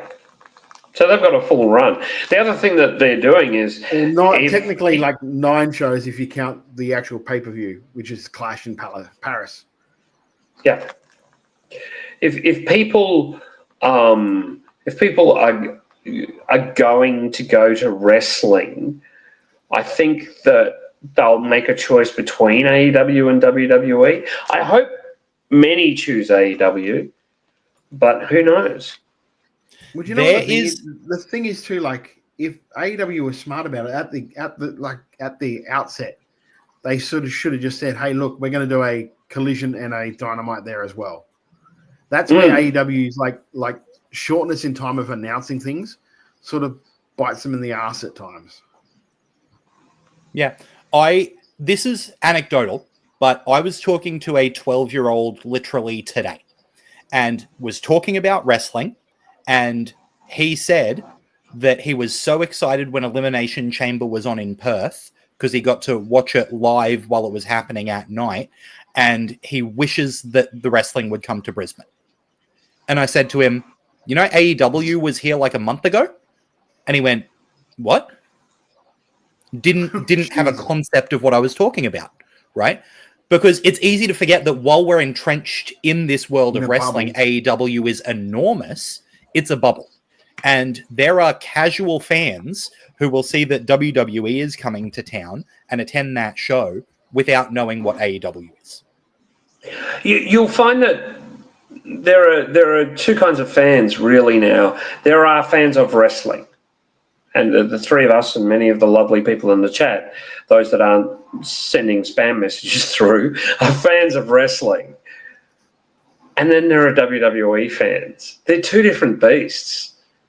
They're absolutely two different beasts. It's also interesting to me how much there are the people who just attend the one company that they attend locally, right? Like there are people who totally, I was, just to name drop, was talking to Robbie Eagles on Saturday, and he mentioned that, la-dee-da. I think, Todd, weren't you in the ring with him on Saturday? Anyway. I was going to say, beat him. Yeah. Robbie mentioned to me that a couple of times he's had people mispronounce TMDK while announcing him. add letters or remove letters or change letters. And I said, it's kind of wild because you expect someone who's ring announcing to be a fan of wrestling and know what's going on in wrestling. And he said, yeah, not really. A lot of people just like know their promotion and that's the thing they care about. And so I think it's really interesting, you know, when we're talking about these large scale things, to remember that there are people who just like watch the shows that they watch and are not paying attention to one company or another. It's, yeah, these are the wrestling shows that I watch. Yeah, but it also tells you that their advertising was balls up. Oh, completely. If you couldn't get it out to the locals that you're in town, and when you are in town, to get it to people that aren't technically wrestling fans, that are just people that would go to an event, then that is a clear, like, if you've got someone who, like, the reason this came up, that I was having this conversation with this kid, is his dad's bought WWE 2K25, right? So clearly care enough about wrestling to buy the game the week it comes out, because it came out on Friday, and yet had never heard of AEW when they were going to be at Suncorp Stadium here a month ago. With technically ex-WWE talent on there, like Edge. And like, I'll say the WWE, like Edge and Dean Ambrose and Tony Storm and like Sasha Banks. And you know what I mean? All these are, like, I say them as their WWE names, of course, because that's possibly how those people would know them. Yeah, 100%. Like, this kid would not know who Mercedes Moné is. He would know who Sasha Banks is, right? Like, that's where it is in the landscape. I'll speak about WWE 2K very quickly, if we don't mind, because that is something that's popped up in the wrestling landscape this past week. I had a play of it. I had a grand old time. I had a few crashes with it. I think in a couple of updates time, when the loading times are a bit quicker and the running is a bit more consistent, it'll be great. But I was blown away by how intergender the entire game is. So by default, there is no distinction between male and female rosters. When you go to select your wrestler, all of the names are in a list, and then no matter who you pick, all of the names are in the list for opponents. It doesn't assume that you want to do female versus female or male versus male. It just goes, oh, you want to do Cody Rhodes versus Rhea Ripley? No problem. And that extends through to the story mode, to the extent that in like the My Rise mode, they created an mixed gender tag team titles. Yeah, aside from title matches, says Alex Fireheart. You can't have, you know, men compete for the women's championship. But other than that, yeah, unfortunately, you can't have Rhea win the WWE title, says Alex. That's exactly right. But I think that the amount of intergender stuff that's going on, you know, inventing mixed gender tag titles for a story mode and that kind of stuff is really interesting for the scope of wrestling fans, right? Because intergender has been a really hot button issue to the point where, you know, you'll see a clip of Rhea and Dom and Rhea bashing Dom, and there'll be someone commenting on it. Oh, I don't know if that's appropriate in the climate, you know, and it's interesting to see the game lean so heavily in that direction. On top of that, I think the story mode is really fun and just does things that I wouldn't expect. Like there's a fun moment where you're trying to lure out CM Punk, and you get an offer of help from who hates CM Punk and would help you out, Drew McIntyre. And the way he decides to get under CM Punk's skin is to have an MMA match that he wins to prove that he can do what Punk can't. Like, it's wild to me that they're taking those swings in the game. I thought that was a delight. So I thought that was worth taking a minute to mention there. But yeah, do we want to talk about AEW Dynasty? Yeah. Pay-per-view coming up. A couple of the matches. Yeah, coming up on April 6th. A couple of confirmed matches so far are AEW World Champion Jon Moxley defending that title against Swerve Strickland. We've got AEW Women's Champion Toni Storm defending against Megan Bayne. And if you want to avoid spoilers, put your fingers in your ear for your next 30 seconds. AEW International Champion Kenny Omega will defend that title against the winners of the tournament. That's right, winners, because Ricochet and Speedball Mike Bailey both won the chance to be number one contender by pinning Mark Davis. So triple threat match for that title, which, I mean, you know, shoot that match into my veins. we all know how I feel about Speedball. So that's going to be a hell of a thing to watch. You have literally never mentioned this guy before. I've never mentioned What Speedball. Right, okay. It's interesting that Megan Bain, after being in the Fed for 2 seconds, has a main title program with Tony. Mm-hmm. I can't. I agree. I know they're not doing the wins and losses matter anymore. I get that, but you can't just hotshot someone straight there. That's especially someone that, like, fair enough. Like, let's say that, and we'll wipe out the complete history at all. Let's say Mercedes Moné just showed up at AEW. She has the clout to say, I deserve a AEW Women's World Title shot. Megan Bain shows up, and the first question you ask is, who is that? Yeah. Do you know what I mean? It's like there are levels to this shit. And she's not at that level to get a woman's title shot at the moment. I don't know. It's probably some sort of just a bridging program to go to something else, and who knows? But yeah.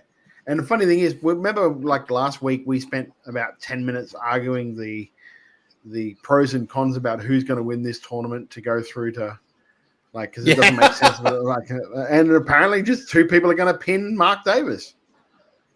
I don't know why you simultaneously. Why wouldn't you do that? Like, you've had 2 people pin Mark Davis, okay, to go to technically win that match. Okay, we want one challenger. We've got like another week before the fucking pay-per-view. Let's do Ricochet and Mike Bailey this week on Raw, and then have Ricochet cheat to win. Mm-hmm.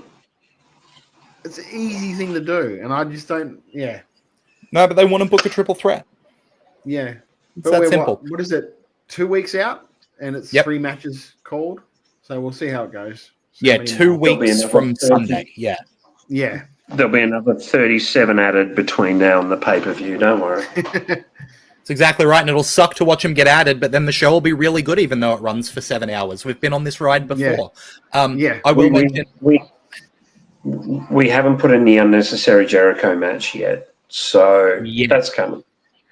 And it's going to be against Bandito again. Isn't that exciting? Alex Fireheart in chat talking about Tony Storm said, I guess they wanted to serve someone up to Tony for a short-term cool-down storyline before the next big one.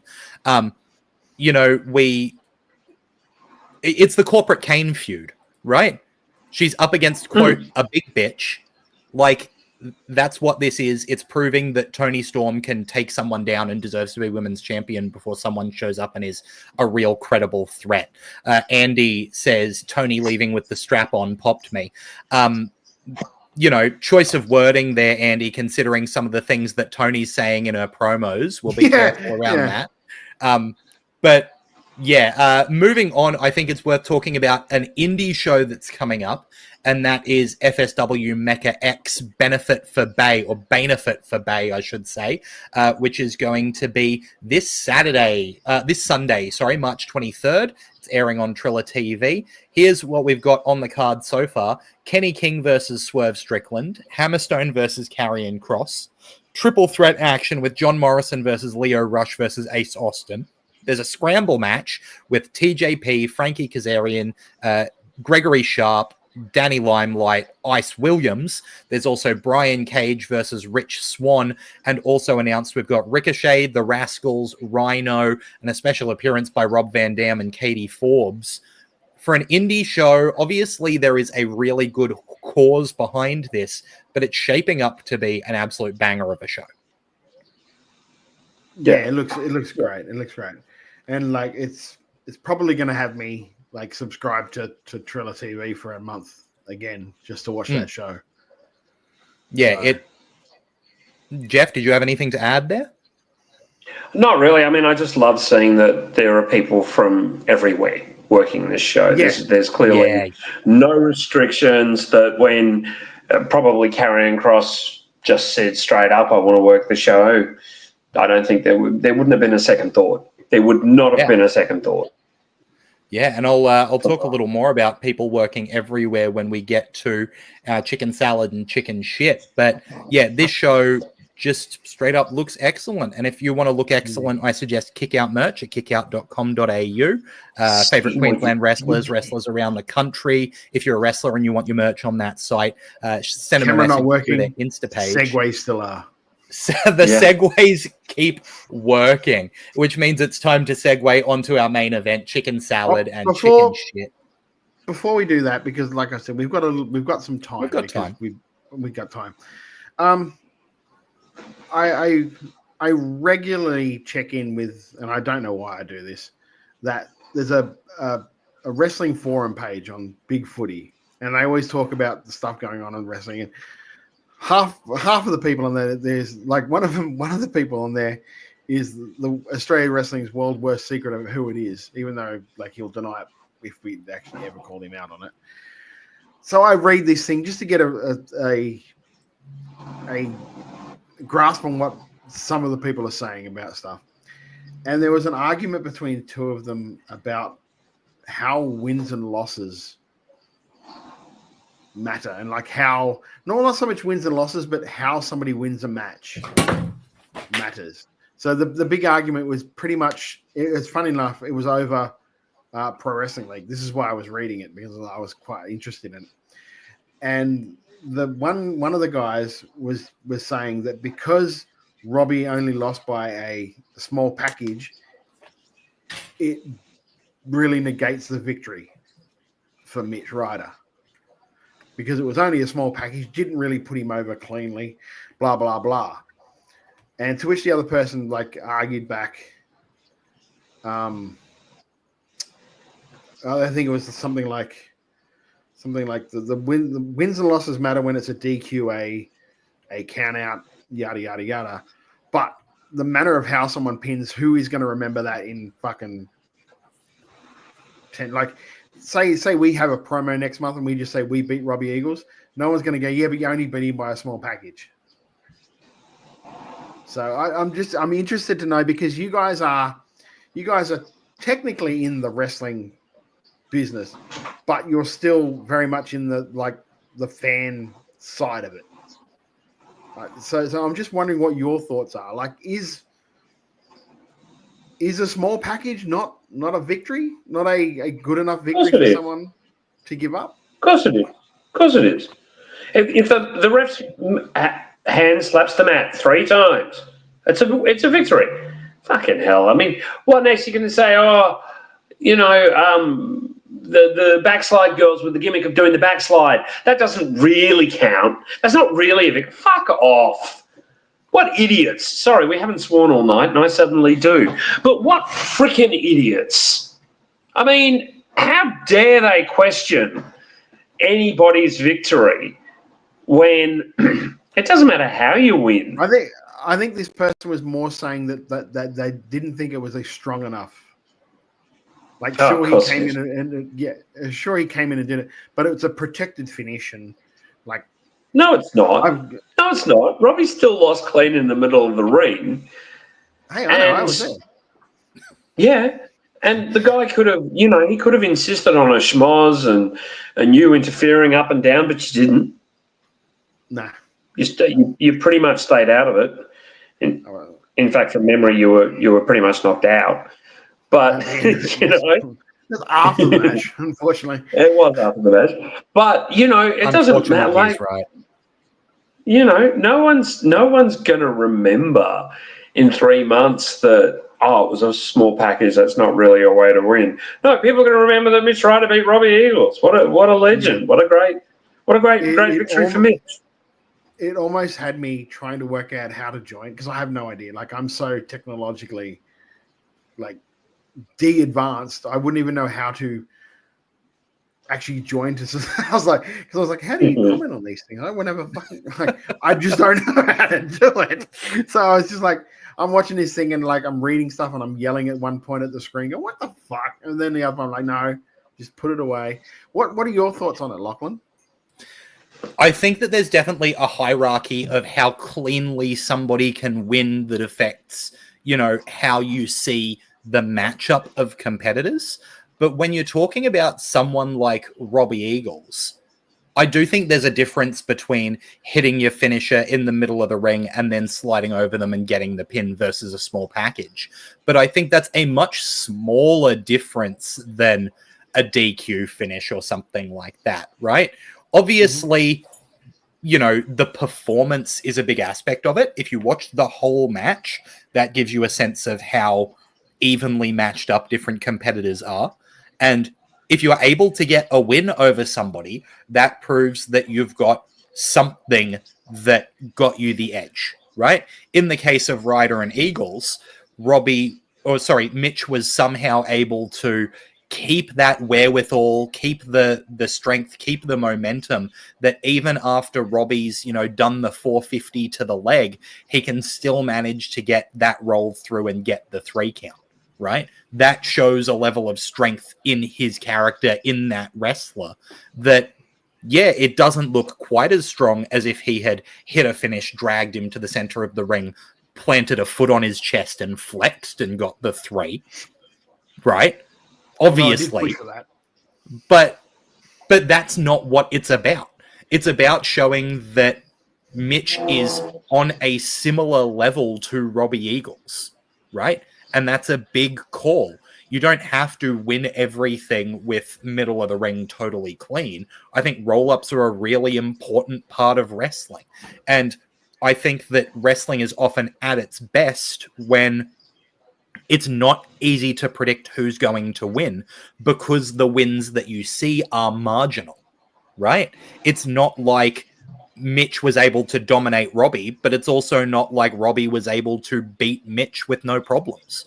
These are two guys who are competitive with each other. So if there's another match between them, guess what? I don't know who wins, because we've seen that either of them is capable of doing it. That's how you get people back into the building next time, by putting on matches that you go, oh, I really want to see what happens with that one. Right? Like that. Yeah. That's my take on it personally.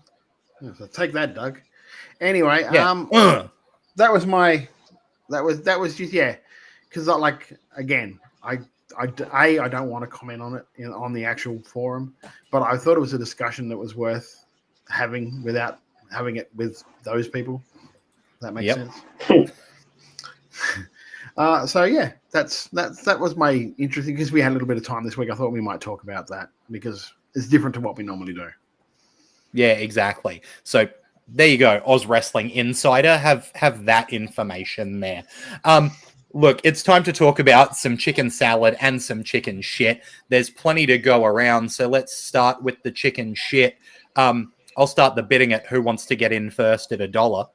Like, it's... Do we all have the same one? Oh, what, today's? Yeah. Yeah, probably. What about you, Jeff? All right, Jeff, lead it off for us, mate. No, you do it, mate. You do it.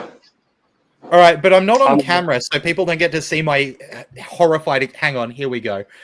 This is my reaction to a match that happened today involving Jon Moxley taking a suplex onto a board filled with nails that then got stuck into his back, to the point that when Wheeler Yuta and the referee tried to remove the nails from his back, they wouldn't give, and it just like pulled his flesh away.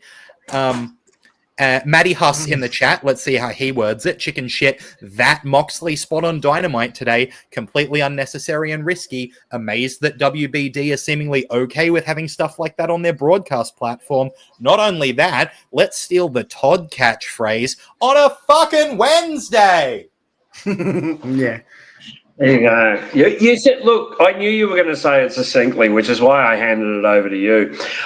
I think that, yeah, what Moxley loves wrestling the hardcore stuff. Great, yeah, brilliant. Don't do it. Don't do it on a Wednesday. Don't do it when children are watching. We've already had the discussion that children are very influenced by what they see around them. You're a school teacher, Lachlan. I mean, how far away are we from... I know when I was going to school, some idiot put someone else in a sharpshooter till they passed out. Legit. Injured the kid. Like, lost the ability to breathe oxygen because his chest and throat were being compressed into the ground. He did it willingly, And it shows you how dangerous these things are. We need to watch this. This needs to be something that's watched. And for fuck's sake, your mileage varies on this kind of wrestling, and I accept that. Some people love it, some people hate it. I just don't need to see it on a Wednesday. I stopped and I watched a bit of Dynamite today while I was eating lunch, and that match came on, and I immediately felt very, very, very unwell. It's just not necessary. As you say, Todd and Lachlan, on a fucking Wednesday.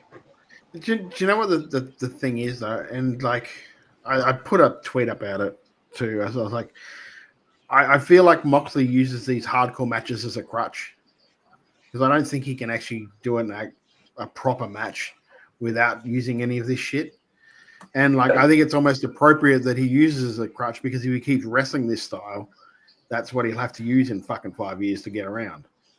Because he just won't be.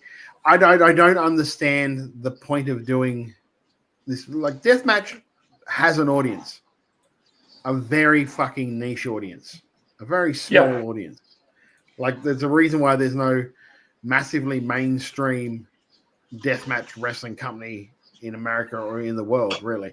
Like, GCW would have to be the closest thing to it, and they don't do death matches all the time. No, they save them for very different kinds of occasions, or maybe have one a show. Yeah. So, I mean, I don't understand they'll do it. And I don't think you'll see a bump in. You're not going to see a bump in, like, audience. You don't see a bump. Like, the only bump that was taken was the one that Moxley did to land on the nails. I see no real point in it. And honestly, if you can fucking hit the guy across the back with this thing, hit him in the stomach with this thing, suplex him on this thing, and still not win the match, what the hell is going on here? It's it's really, really dumb. It's really dumb. Oh, yeah. Enough. It's so Enough. dumb. So stupid. It could end his career. Yeah, and honestly, he's not doing it against his will. So, No, I mean, he wants to do It's not like it. he's going, no, I don't want to do it. This is where you have people going, yeah, I know you want to do it. Don't do it on a fucking Wednesday. I mean, he left the WWE because he wanted to wrestle this style. Essentially, that was the bottom line. He was offered a lot of money to stay around and continue being Dean Ambrose. He wasn't happy either creatively. He was not happy. But this is so fucking stupid. You know, I never say this. You can write a date and time down. I would have rather a 20-minute promo from Chris fucking Jericho than watching that shit. Clip that. Yeah, Matt in chat says, are we really meant to believe Tony Khan when he says he's doing all the creative now and saying no to dumb ideas from talent? Sigh. Yeah, Well, the problem is, like, he mightn't have thought it was a dumb idea. That's the thing. That's probably the bigger issue. Yeah, it's Andy at Bob Backlund Fridges is doing a wonderful job of not naming names here. I'll do a secondary chicken shit, and he would like to think that overseas companies do some research into the local scene before they come here. If you're going to co-promote, have a better understanding of how your partner has treated the local scene. The problem is with that is that I think that overseas company has drank the Kool-Aid. Oh, big time. So, yeah. It doesn't matter what, because who knows, the research they would have done is probably other people that have very much enjoy the flavor of that Kool-Aid as well. So, because like we have a friend that will probably go over to that thing. And I still don't understand why, but that's what they want to do. And look, that's within their rights to do it. But, yes, you know, again, if that's what's going to happen, we'll see where the money goes. Yeah, I was going to say, my biggest problem isn't with them doing it. It's the fact that last time they did it, hardly anyone got paid from that thing. And this isn't even like a normal wrestling match. Like, these guys are doing some dangerous stuff. Say what you will about Moxley's stupidity. I guarantee he got paid. Oh, he definitely got paid. But yeah, exactly. This is what I'm saying. Like, and I don't even excuse, like, just being on a normal show, you should get paid. Like, I don't care how much the money is. Like, if you don't draw a house, look, I can't really afford to pay you this much, but this is what I can afford. Like, something for your effort. But for your if you are time and for your body. Yeah. If you're going out and you're getting hit with barbed wire and you're going through like light tubes and fucking glass panes and they're like, sorry, we didn't draw, we're not going to get paid. Fuck. Because we wanted to fly out 17 guys from America because it's cool to say we got these photos for Instagram with them. You know, and eventually. They're going to fly me over to do shows as well. So, you know, it's a bit of a, they're going to fly me over there to do them. So I brought them over. It's a bit of a payback. Yeah, like, it's so hard to believe that guy anymore. It's so hard. I know. And like the logical people don't. But there are always going to be those people that are going to want to see the best out of people. And Alex Farhart's right. Michelle K has luck. It does the best with that. Oh, she runs. Absolutely love Michelle. Yeah. She runs a promotion that is above board. People get paid. People get looked after. I cannot say the same for that other promotion. I know there was Melbourne Wrestling. Yeah, there was an injury. Well, one of the Voldemort. There was an injury at not an injury, but there was a bit of an accident at one of the no ring deathmatch shows over there in Perth. And Michelle absolutely stopped the show, made sure the person was looked after, made sure they got to did everything 1000% correct. I'm sure in a matter of health that Voldemort would do the right thing.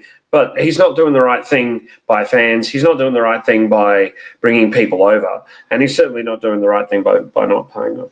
I'm very frustrated. Remember when he stepped away because he knew it wasn't right? And just long enough so people sort of forgot about it so he could step back in. Classic stuff. Well, look, let's be a bit more positive, hey? How about some chicken salad? I might go first, and it's going to be a little announcement that I saw on social media today about one of our favorite promotions that every time there's another big announcement from them, I get excited all over again. And it's Josh Barnett's Bloodsport. And this time we can call it Josh Barnett's Butch Sport, because that's right, WWE superstar Pete Dunne is going to be part of Bloodsport.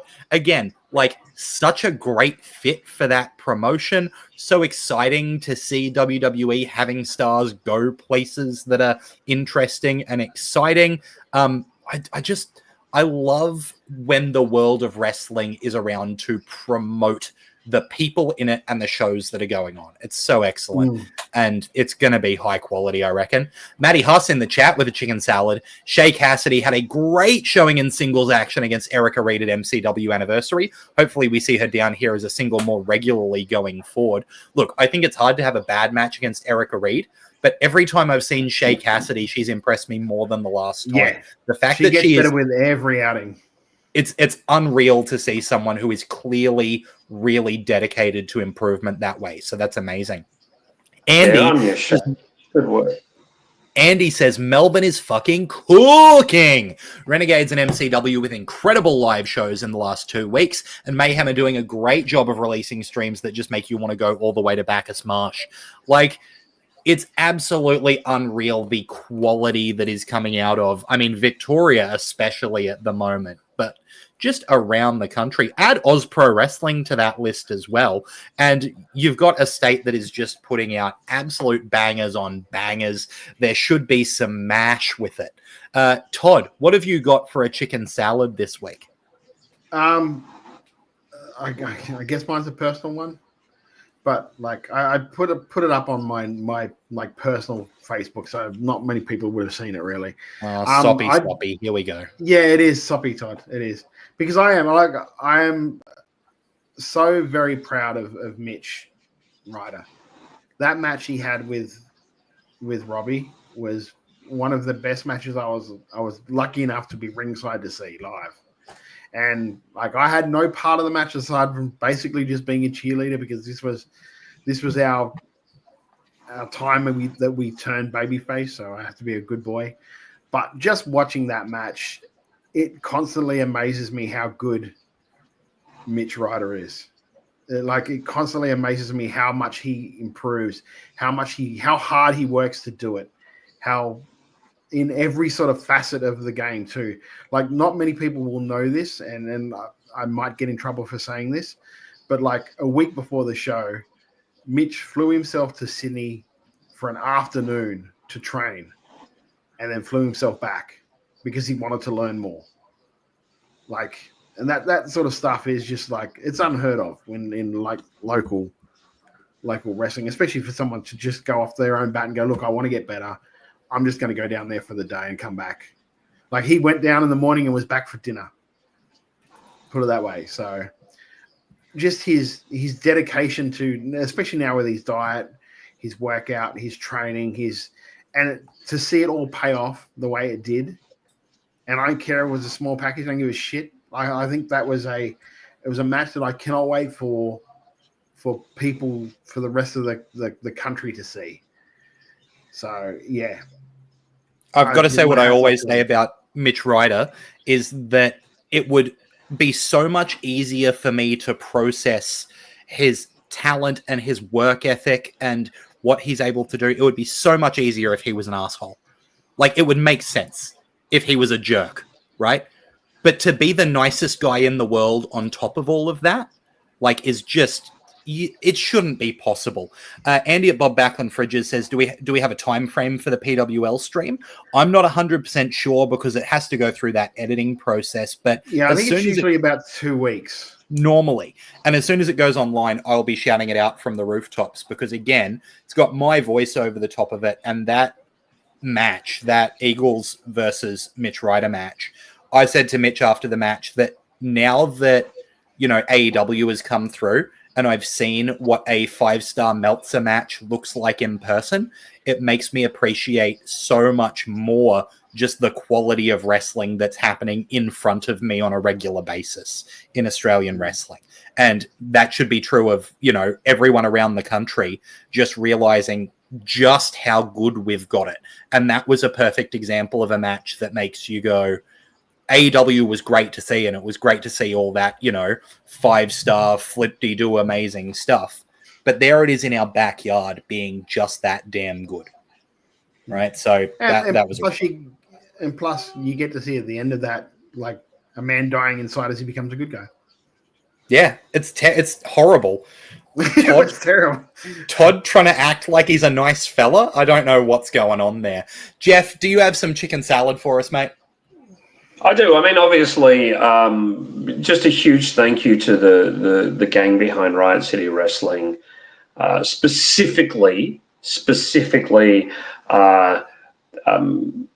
Mickey Fortune, Matt Grimbasso, Dean Brady, Matt Hayter, Banjo Powers, Mr. Cliff, Down Under, and that snivelling little weasel Richard Gouda.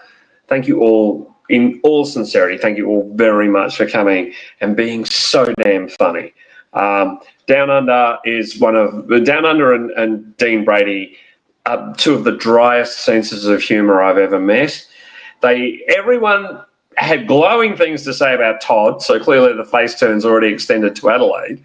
But it was really, really nice to spend some time with these people. So thank you. Thank you also to everyone that came. A lot of people came to more than one show.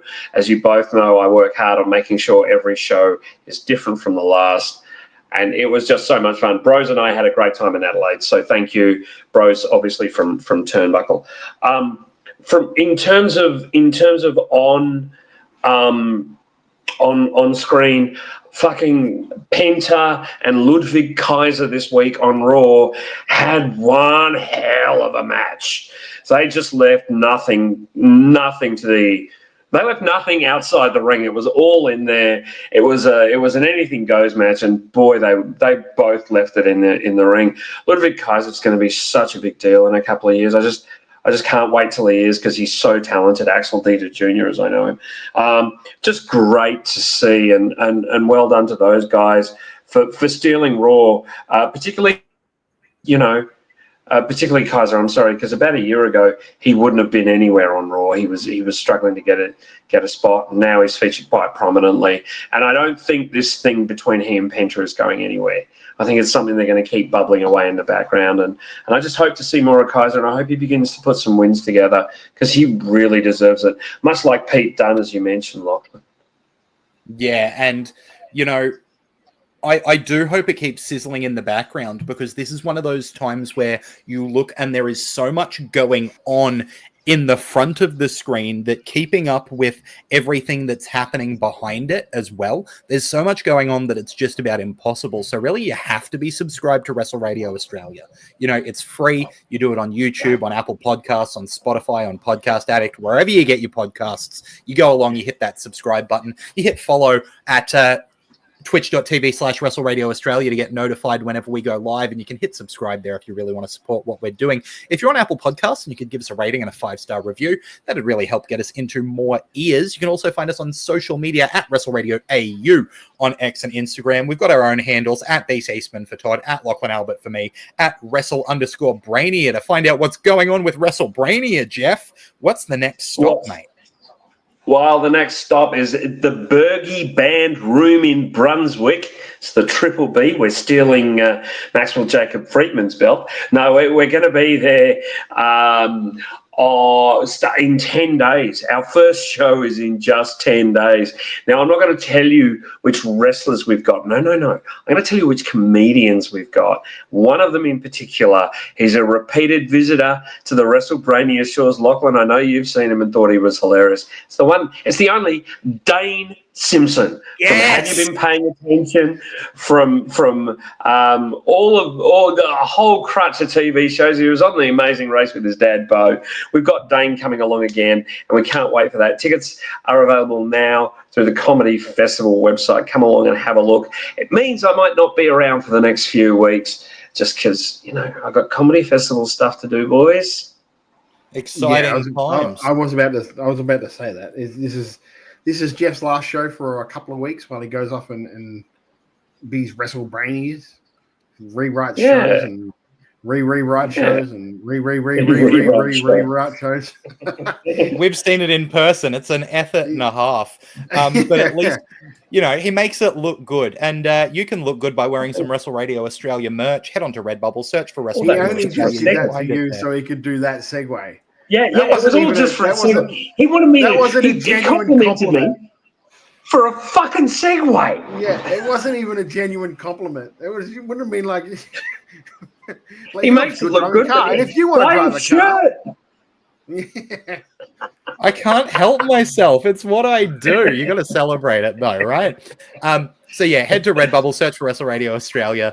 The proceeds don't go to us; they go to Beyond Blue and Gotcha for Life, two awesome charities that support men's mental health here in Australia.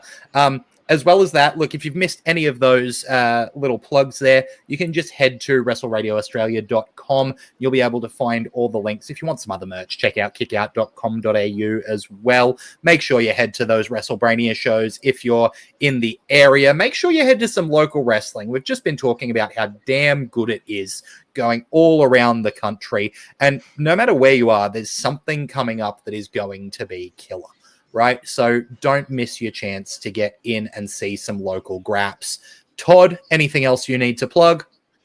No, just if you're around the area or near Maryborough or want to take a bit of a ride, I guarantee this is a show worth coming to. EC Diamond and Solomon Blackwell alone is worth the price of admission, I think. Yeah, it's hard to keep my anticipation bottled up for that. Yeah, when I gave you the sneak preview of that one, you were oh man. Also massive congratulations to our mate, our brother here on the podcast, Jamie Apps. Congratulations, brother. Well done. And we hope when you're back, we'll get you on here ASAP and we can break down that story. So aside from that, just go out and support local wrestling. If you're in a town that doesn't have wrestling this weekend, remember, MCW is on their Stream Horizon app this Saturday. Go and check that out. Check out the myriad of Australian wrestling that's on YouTube. And Jeff, you look like you need to say something, my friend. Yeah, I was going to say one more really important thing is Todd Eastman, you've been carded. I noticed that this week, yeah. speaking of Danyaps. You know, it's funny because I said to Mitch, I don't even remember taking that photo with that belt. And when did that happen? I watched it happen. Yeah, I didn't remember it at all. I don't know if that's a case of more I'd just been punched by Zigandino, but I don't know. It was before the show, Todd. Was it? I'm almost certain. Sure? I could be wrong. Maybe I got punched. I don't know what's going on. Oh, God. Oh, well. Yeah. Anyway, go and support Jamie and all of his endeavors. He's got a wedding to pay for now. Yeah, that's exactly right. So, you can head on over to pariomagazine.com.au/OzRestCards and pre-order that. That's April not the card, set. by the way. No, that's the promo photo. The card looks... I look tougher and a better beard. It looks like a card. Look, that's what we've got here for you this week on Wrestle Radio Australia. Please do not miss the next episode because, as we've said, it just keeps going from strength to strength here on Aussie Wrestling. So on behalf of Todd Eastman and Jeff Setti, I've been Lachlan Albert. Till next time, have a good one. Here I was, blaming AEW for feeding you chicken shit, knowing you mindless millennials would be eating it up as if it were chicken salad, when it's really been your fault all along. Make chicken salad out of chicken shit.